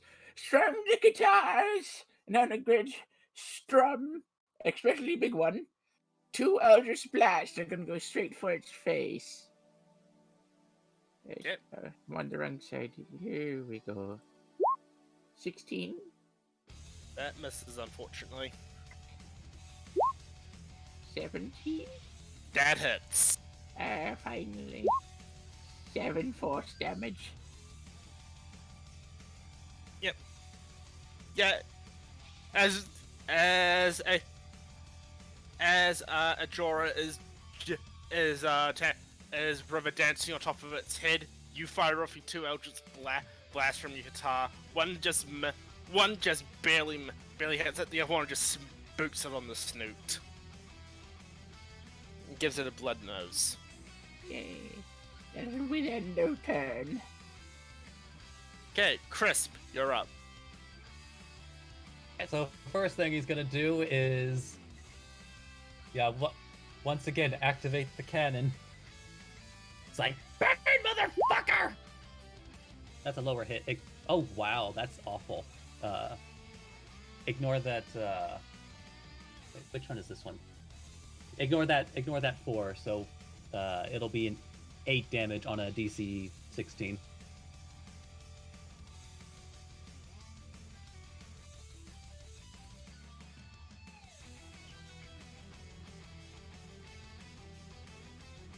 Oh, wrong die. There's my d20. Oh, that's a nat 1. So He should yeah, be lucky I rolled low. Yep, so that's 16 damage to his foot. You definitely give him the really good hot foot. And then I'm going to shoot him with my fire gun. Okay, 19 that to hit. hits. Yeah, I fixed the reason why it wasn't working properly before. All right, that's better. It's 13 damage. Yep. This And- time you hit him in the face, scorching off his eyebrow and actually getting bits of burnt hair into his eye. Now, He is is there- rather... I will ask: is there any place that looks like it might be out of the giant's view? you could literally fly down into the crevice. All right, With I'm your just making sure boss. that's actually out of his view. Yeah, so yeah, this imp has true flight, so he's just going to use his movement to duck about 20 feet into the crevice. Okay, you are considered in full cover. Ending his fucking turn, God. Yeah, it's now the turn of the last white dragon. Roll to see if he gets his frost breath back. No, he does not. Ajora, I need you to make a dexterity saving throw as this dragon takes off in the air and tries to shake you off. Yeah, you grip on tight. You grip on tight as this dragon just starts flying around, just doing barrels and everything to try to shake you off. Shake you off. Don't start nothing, won't be nothing, bitch. Yeah. Well, actually, but it'll still lean its head, move its head back to try and bite at you.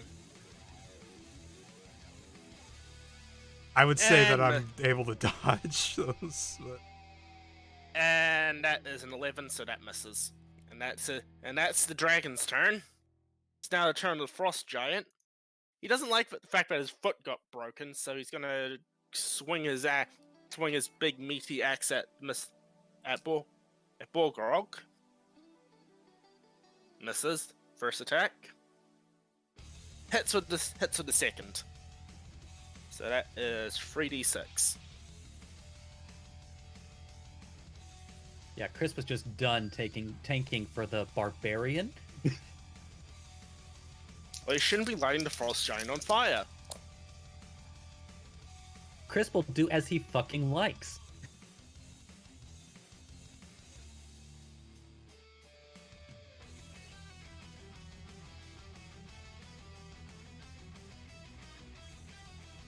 Yeah, just this big meaty axe just comes down upon Borgrog.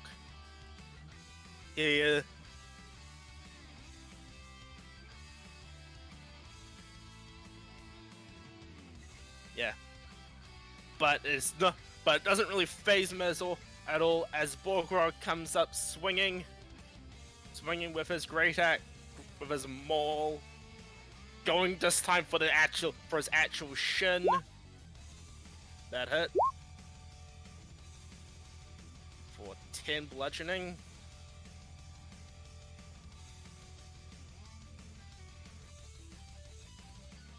Then goes in for his second attack. And completely whiffs. But Bara's still there. And Bara will do his absolute best just to be a good boy and maul this giant.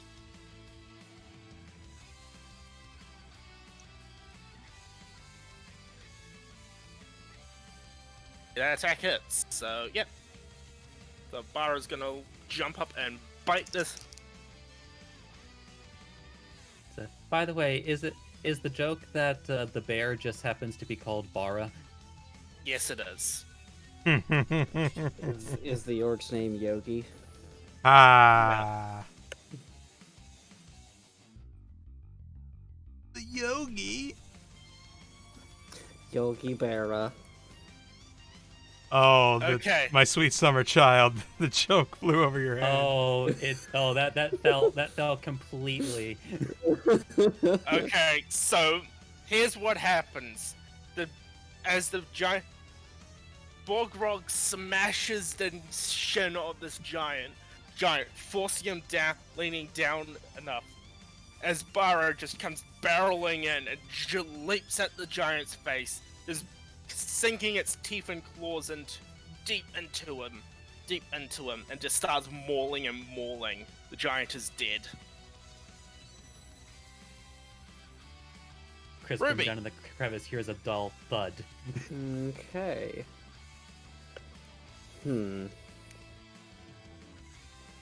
Is that the dire wolf? That's the bear. That's the bear. Okay. I was about to say, what fucking direwolf? I thought I heard something about a dire wolf at one point. Okay. Well, that was like the king's pet, but Right. My bad. Yeah. he I didn't don't know know woo. why I don't know why I was remembering that here. Okay. Let's see. Are you back up on the cliff yet? Red? Red is No, Gram I'm Gram. flying. Are Gram you Gram back is- up on Gram on Gram the is- cliff yet? She's flying. She's flying. Okay. Yeah. Cool. Yeah, I'm the one that was dangling, but now I'm riding a dragon apparently. Got it. Okay. How does that dragon look pretty badly injured? It looks rather. It looks like it's been taking a lot of. Looks like it's been taking a lot of kick. It looks like it's been kicked while it's down a lot. Okay. Taking a lot of head injuries. In that case, I will not shoot a crossbow bolt at it because I don't want to be the one to take it out while you're riding the dragon. Instead, I will use Find Weakness, which costs me all of my attacks this round. Choose an enemy within range. That enemy takes your intelligence modifier, extra damage, from each allied attack until the end of your next turn. I choose that dragon. It takes an extra 4 damage from everyone's attacks until the end of my next turn. Nice. Okay, Moon, you're up. All right. Let me think for a second.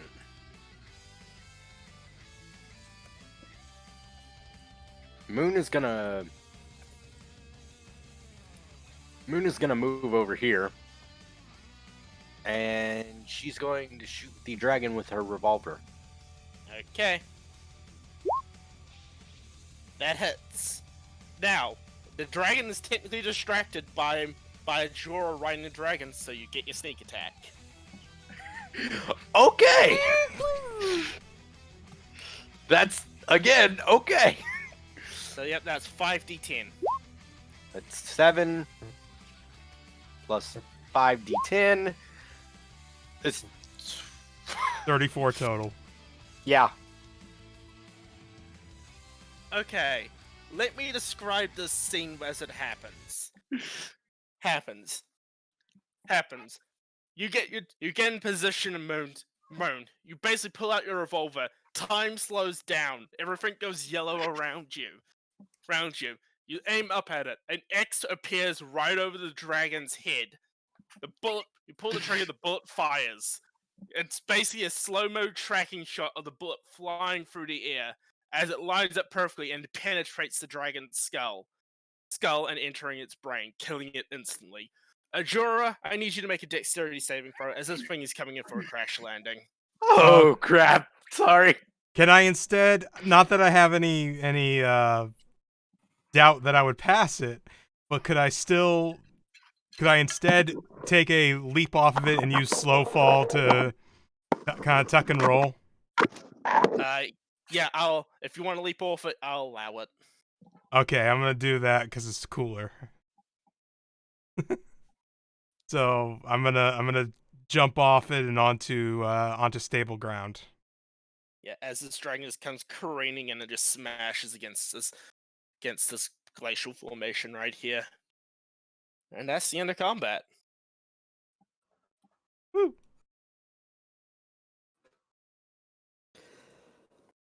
Everyone all right? Yeah. Flies up back from the crevice and kind of poops onto the ground. The little one with the funny hat seems to not be okay. Oh, it's time for Gram to give him some soothing kisses. Ah. And she's gonna fly right over to the imp.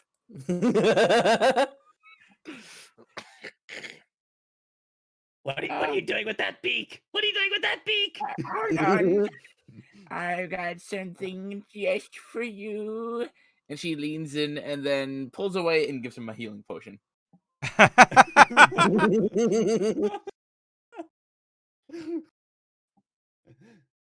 Oh. Okay.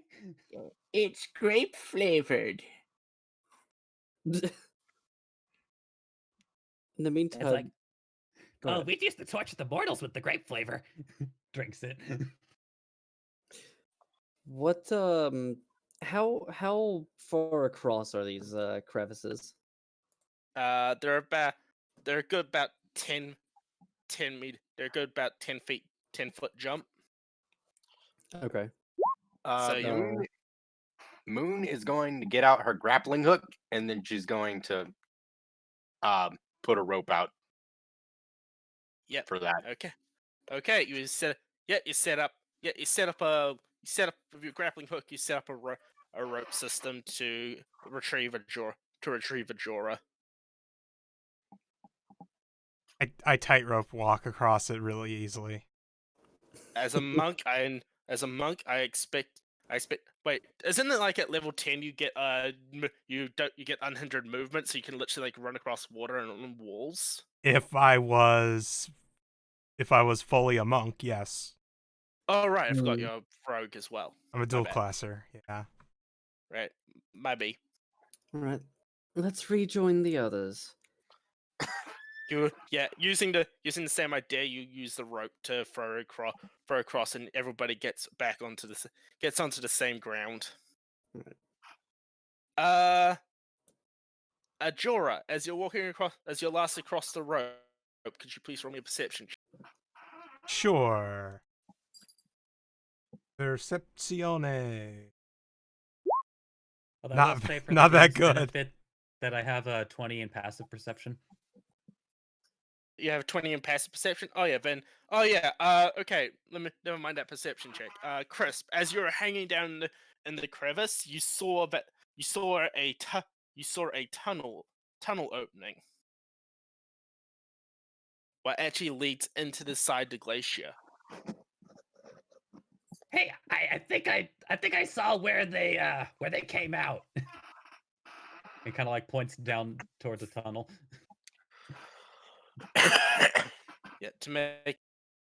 To give you an idea, the tunnel is about here about 20 feet down into the crevasse.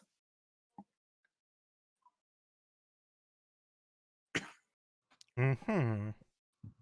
So, Orc man, where exactly are we going? He said, King Ulfric said to wander the frozen wastes until the path was made clear for us. Clear. I mean, if they came out of that tunnel, that's a pretty fucking clear path. A clear path Yeah. to what, though? More It's dragons and rumor- giants? Who knows? Rumor said that the Frost Forge was actually built inside the glacier itself. So that tunnel could lead to Frost Forge. And or more dragons and giants. I mean, if they're gonna live anywhere, I suppose. Live next to the world's biggest heater? It would make sense for giants to want to live at a forge. That would be a place to make their weaponry. All right, then.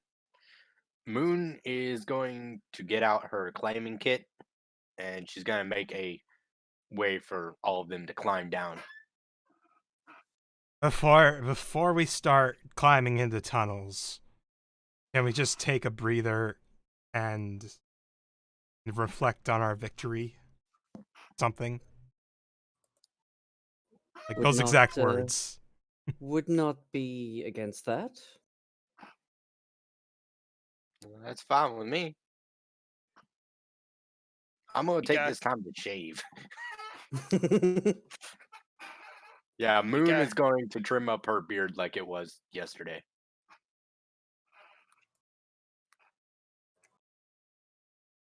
Would this Okay. be a short rest? Are we doing a short rest or Yeah, I was assuming you guys were doing a short rest. All right. Then Okay. while we rest, Graham is gonna be playing a very gentle song, and I'm doing a song of rest. Oh, So thank you. everyone gets is it 1d8 for extra hit points. Sweet. I will go ahead and roll that d8. Yay. 7. Sweet. I don't have to use any hit dice. And while we're doing all this, I think this is a good point to take a quick break. Everybody grab water, drinks, and food and stuff. E. Alrighty then. Okay, we're on break. Okay, folks, we're on break, and we'll be back soon. Oof. yeah, just for the other players on the table here, Crisp had 2 HP. Oofka. All Never right. underestimate the importance of a con modifier. So Miharu Ni, thank you for following. Yay, thank you. Zul the Cat, thank you for hosting. Love you, Zool.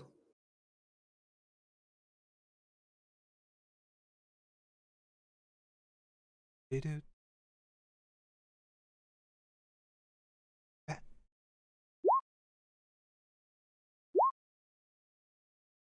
That's the Be Right Back song. Can people see why I love the Warlord class? Yeah. Some of it might be a little bit might seem a little bit OP, such as the find weakness one where the enemy just takes more damage, but you have to remember that I am giving up 2 whole attacks to do that. Ah, true enough. Yeah. So like the damage there tends to even out depending on how everybody rolls. Although I will admit that it personally I do think it should come with make an attack, and if you hit then that happens. Basically like your attack finds the weak point in its armor. But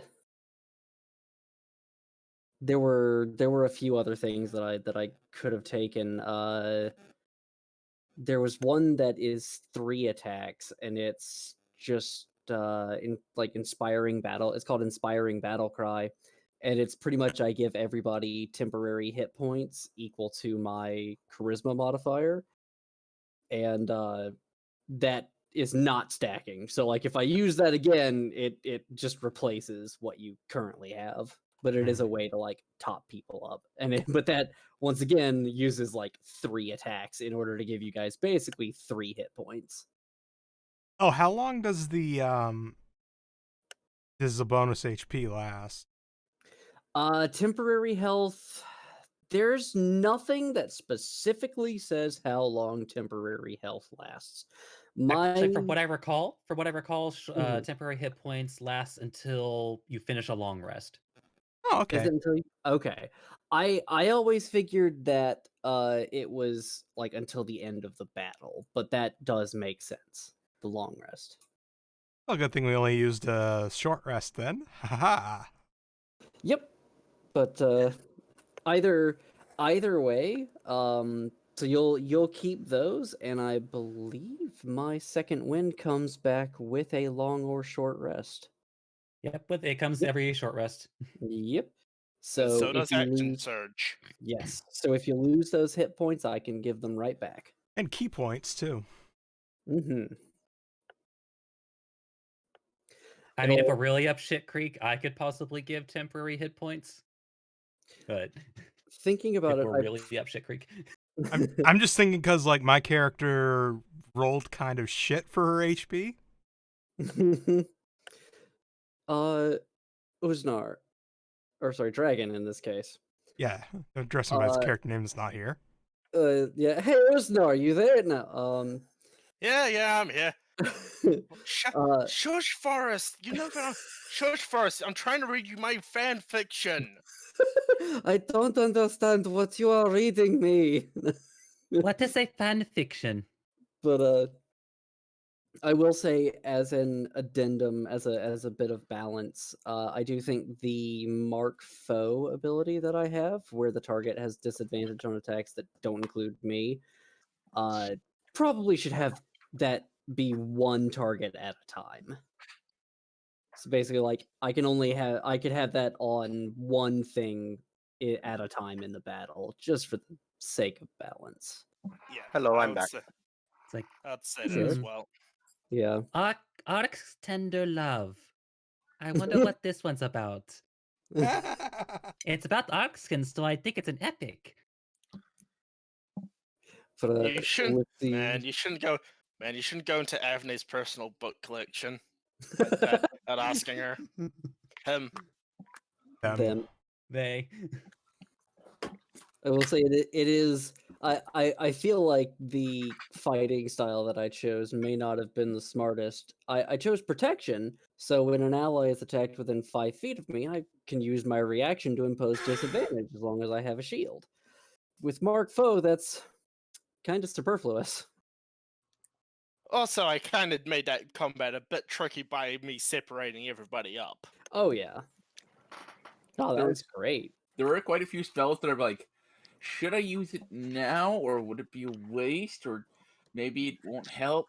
Like when that last round I was about to use a spell that would help put make that dragon more difficult to do things, and I was like, let me just hold off because I got a feeling. And sure enough, before its turn even showed up, it died.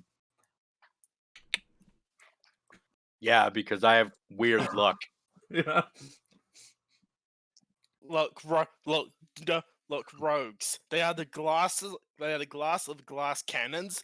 But by God, their damage output's scary. It's a lot of damage.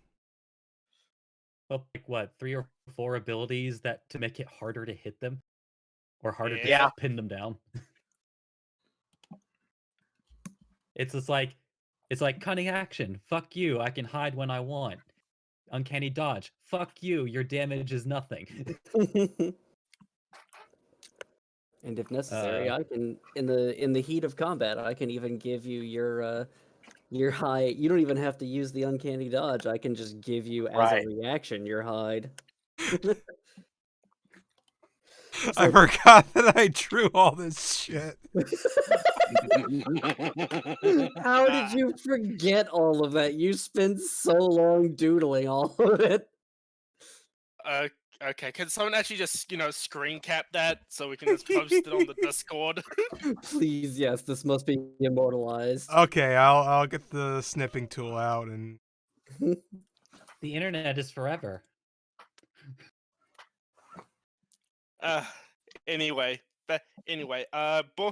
Bolgrog says that he'll stay behind with Bar to make sure that the entrance doesn't snow over, or the rope is lost, or your way out is lost at all.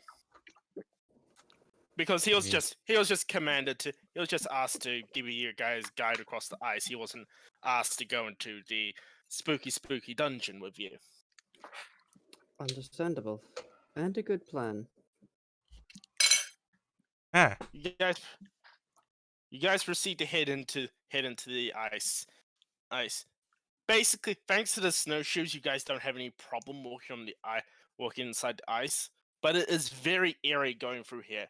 It is just this constant blue. It is just this constant deep blue.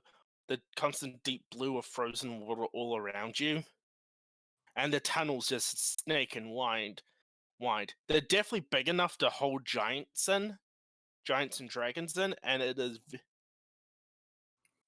just this and you just hear the constant air blow from the wind outside. As you guys proceed deeper and deeper into the glacier, the light starts fading around you. How many of you guys have dark vision? I think I do as a high elf. I gotta have double dark check vision that. to 60 feet. I don't as a racial ability, but I do have shadow arts, which allow me to cast dark vision as a spell on myself at the expense of hit points. Not hit points, key points. I have dark vision due to my belt of dwarven kind. Okay. I have dark vision 60 feet for being an elf. Oh, and I had proficiency in perception for being an elf too. I didn't realize that. Oh, well. Okay. All right, so I'm going to use my shadow arts and I don't have the spell in my thing here. Hold on. Dan, you do not have dark vision, so you're Nope. currently going. So the rest of you guys have. So I believe Graham is the only one who doesn't have dark vision. So you all have. So you all have to hold Graham. So one of you will have to hold Graham's hand to lead her through the cave. No matter who it is, she's just like, What strong hands you have. Oh God! Come along, Graham. I shall help you through. Thank you, my dear. Quite all right. As you guys pass through, you see through layers and layers of ice, more tunnels and cave entrances where giants have made holds and everything. You guys can't access them due to the just sheer thickness of the ice. But you pass past a picturesque bit of glass. What looks like the giants are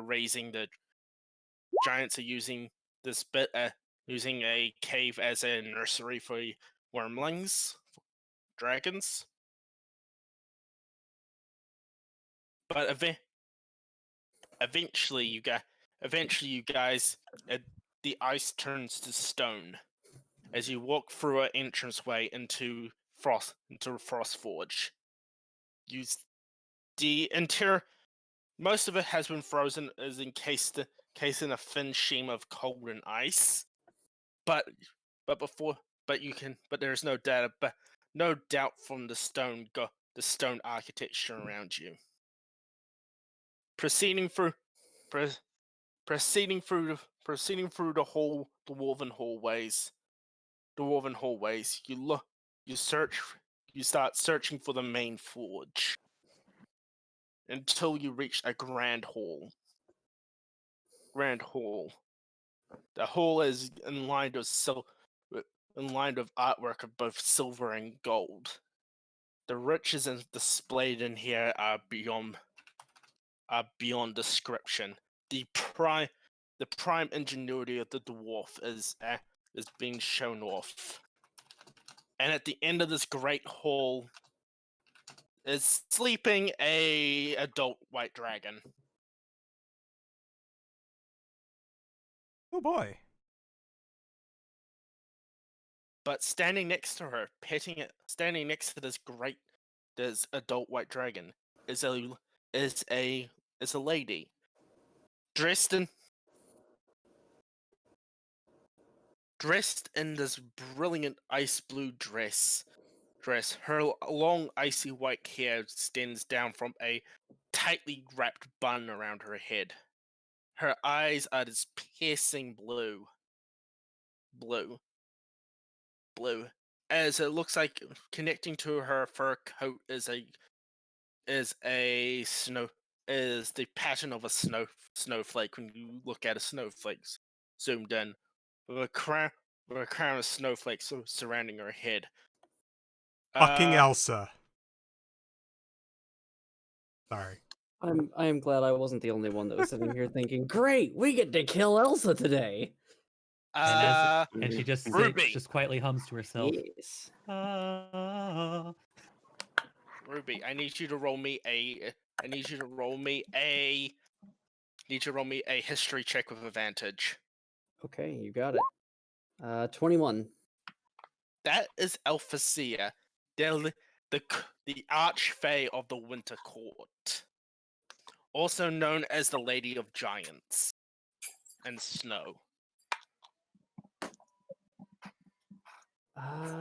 Let's see. Then, in that case,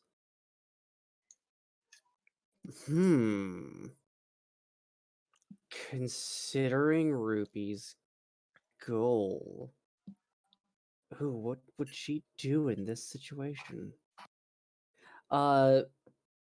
Ruby blinks for a moment and says, "That is my liege."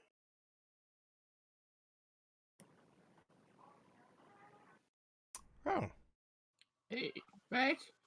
By the way, is this still all dark? Can Gramium see this? lady? There is torchlight around. There is faint torchlight around at this point. Oh, goody. I- Holy.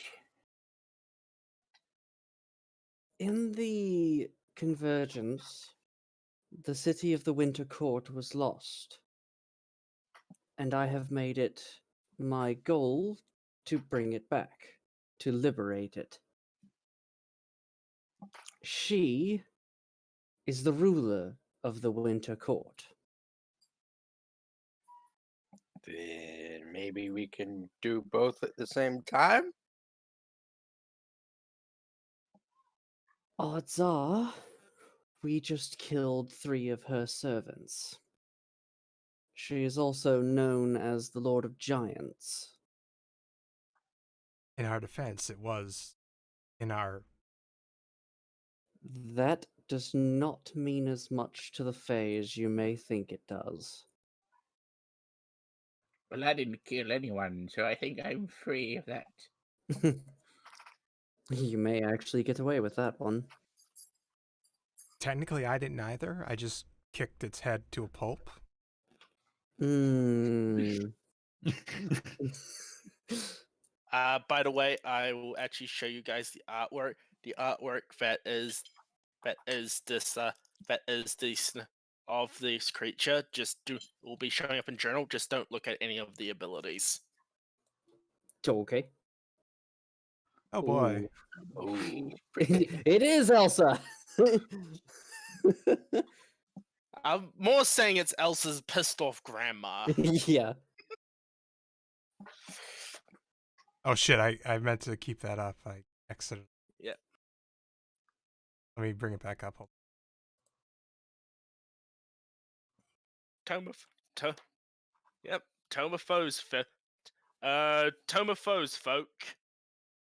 Cobalt Priestess Tomophoes. They give you some very cool stuff to play with, including actual Archfey. Then, Ruby looks to the others and says, I will attempt to entreat with her, but you. I have one very important piece of advice that you must not disobey. Do not accept gifts. Not food, not water, not material objects, not advice from anything from her or anyone that is a part of her court. If you do, you are making yourself a servant to them. Permanently. Well, I mean, you'd have me all for like, I don't know, 6 months. The Archfey are not simply immortals. They are extremely powerful beings and likely would find a way to extend your service. Really? Not in a way you would like. As long as I'm playing music, I don't really give a fuck. And that may be what they have you do, or you may be doing any number of other things at their whim. You would not have free will. Owing a favor to the Fae never goes well, and I say that as a citizen of the Summer Court. Well then, But that is quite enough. And Ruby will put away her sword and strap her shield to her back, and she will. What was her name again? Fielsa. Thielsa? Yeah. Okay. Ruby will call out, Lady Thielsa, a member of the Summer Court would ask for permission to enter your own, and entreat upon you. Basically, she doesn't turn her head. She doesn't turn her head at all. But you get the feeling that her eyes are now upon you. While this is happening, can I slip into shadow to all stealthy? If you want to roll, if you want to roll stealth, roll stealth.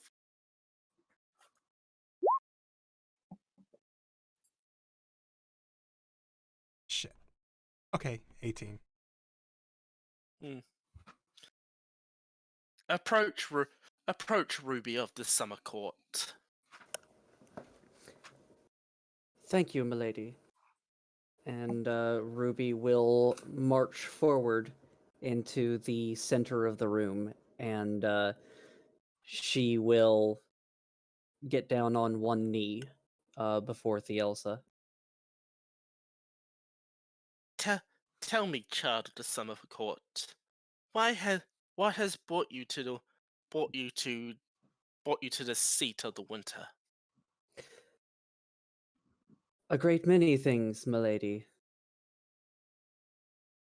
I have left the military service of the Summer Court on something of a personal quest.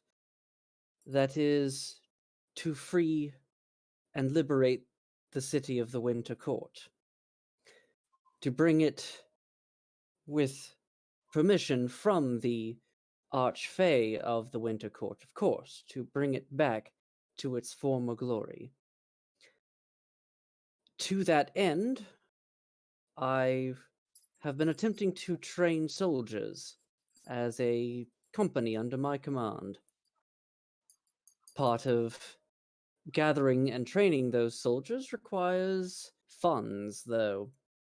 So I took a job from one of the local mortals. And his job was to locate the Fire Forge. Forge. Frost Forge. Thank you. Ah, yes. The for the bl- the the keep we the hold we now stand in. The home the home where I ra- the home where I ra- where my servants raise their pets.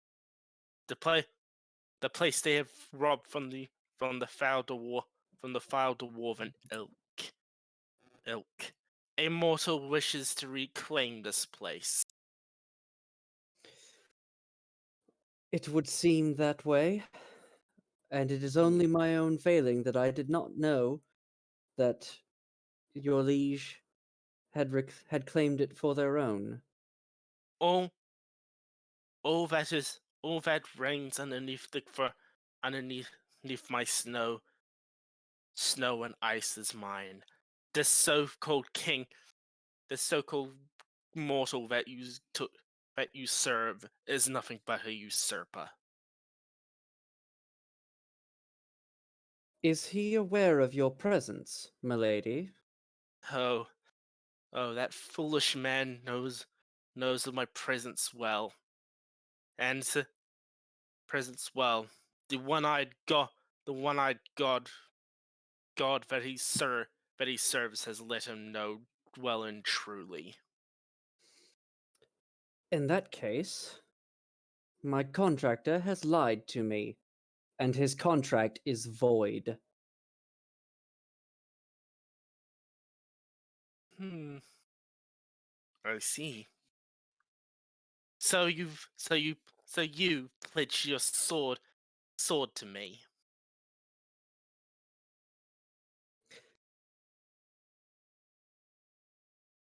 I do. And what of your companions? I cannot speak for them.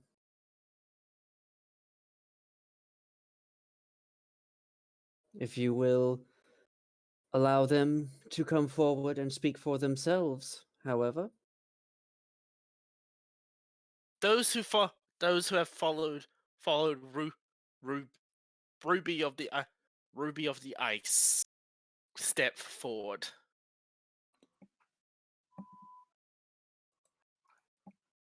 Grandma's gonna fly forward because walking would take too long, and then land next to Ruby.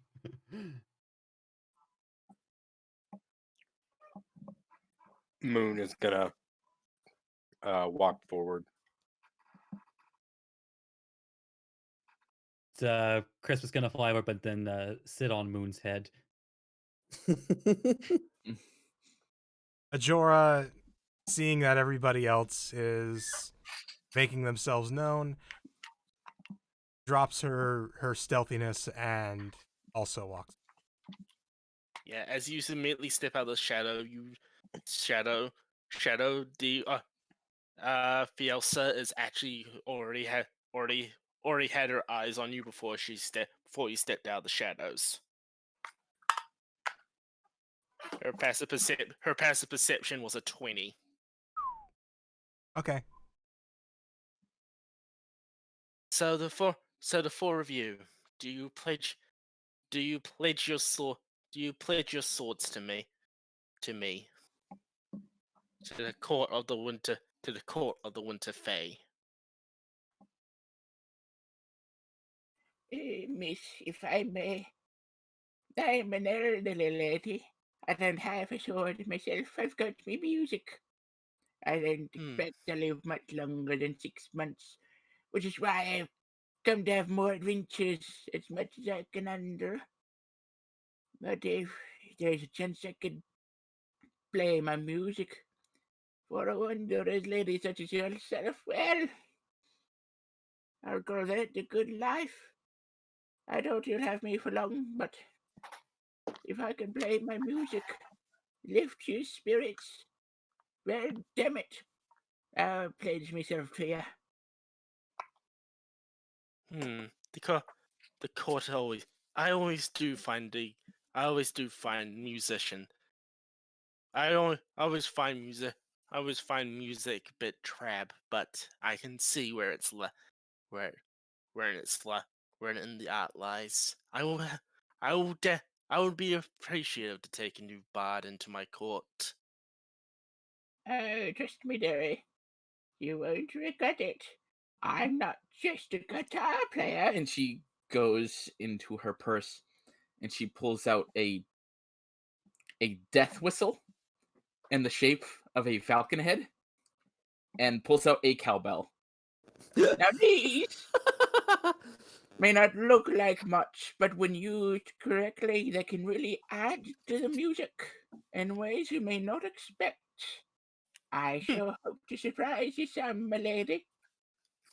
Needs You more want- cowbell. You and me? This the Eric Crocker amuses me greatly.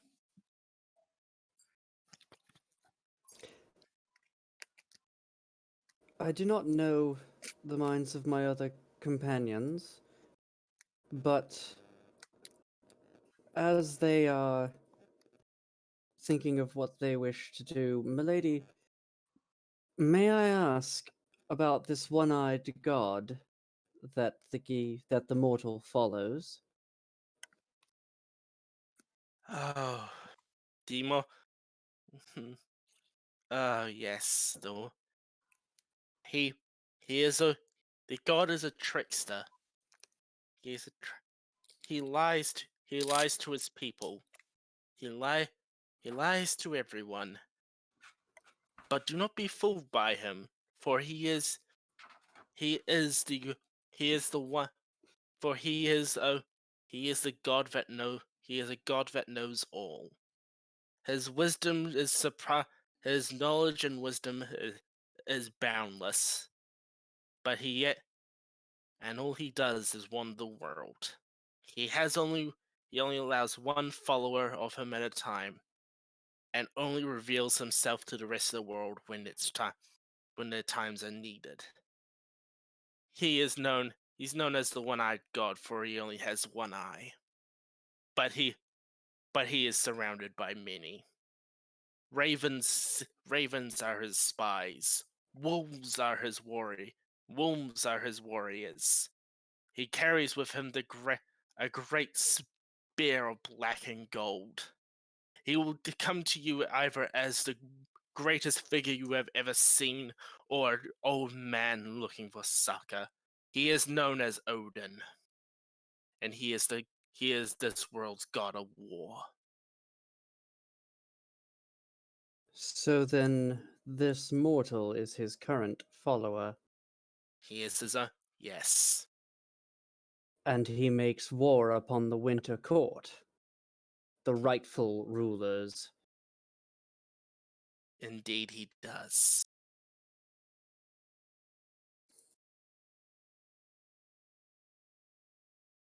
Your Grace, if I might speak. Go ahead, yeah. Go ahead, young one. Ajora kind of shakes herself out of like what is usually a complacent kind of demeanor, or kind of actually something that's a little exciting now. I am a professional assassin. My loyalty goes wherever the rewards are higher. Since I don't expect one such as yourself to,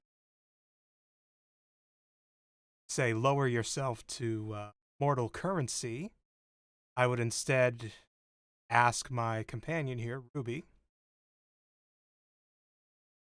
Ruby, do you need any additional members of your company to take back the Seat of Winter?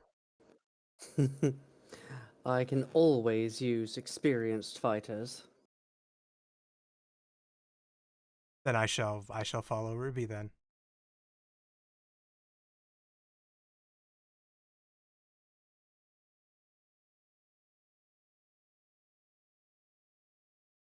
Yeah, this whole time, Crispus has found his pinky has wandered into his other ear, digging for something,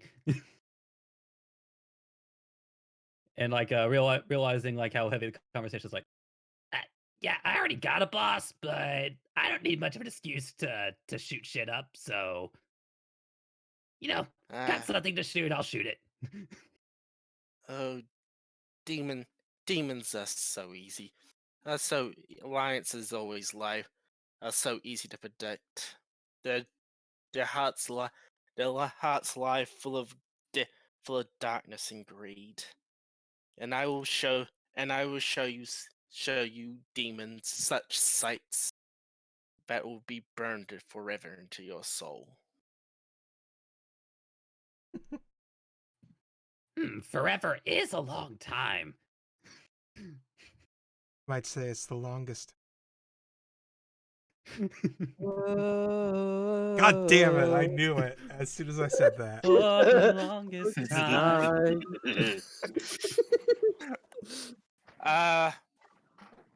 Moon, Yes. as everyone here has been pledging their services to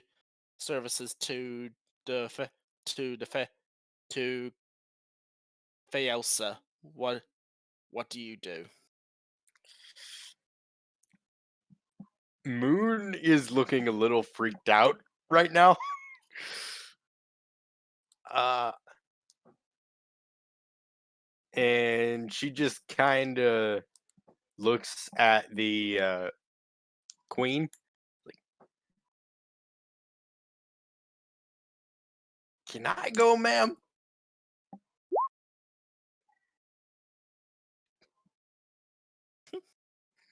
Oh, I understand, mortal. Very as a boon to my new servants, I will let you go. Go. Return to your home, and forget and know not and know what and know not of glory, know not of my glory. All right. And Moon is going to take a sheet of paper and hand Ruby what is essentially her address, and then leave. On the way out, or as you're leaving, Ruby will call to you. Moon, Yes. we could use someone as skilled as you. Maybe, but this ice isn't really me. If you need help on the high seas, maybe, but not here. I'm not sure I could be really much of help. Very well. I know. Want to do one last ride? Will you get off my head? Yeah, he hasn't ruined this whole time. It's like, come on, don't you want to stab some shit before you go? Yes. And then Moon is gonna try and stab him. Oh boy. And I'll roll that Like, too. The fires of youth, or the ice of youth, whichever it is. 22. yeah, you know what? Fuck it, shield. You miss. Okay, then Moon's leaving.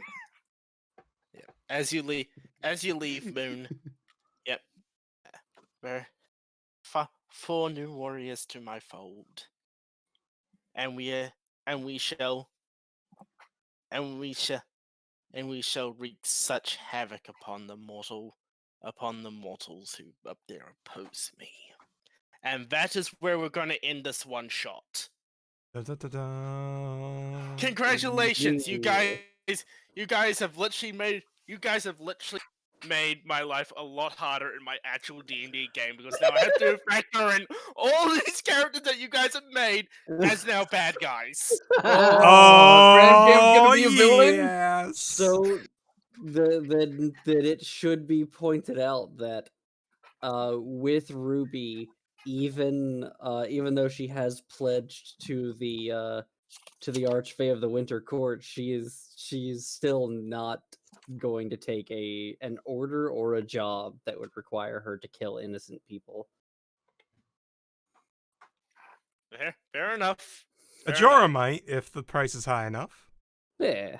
Graham realizes that like she's probably on her like last adventure, so she's just like, Well, as long as I'm playing music, I don't really care. Just to let you And- know, it was supposed to be the final boss battle for this one shot was supposed to be the Snow Queen riding around on the back of an ancient dragon.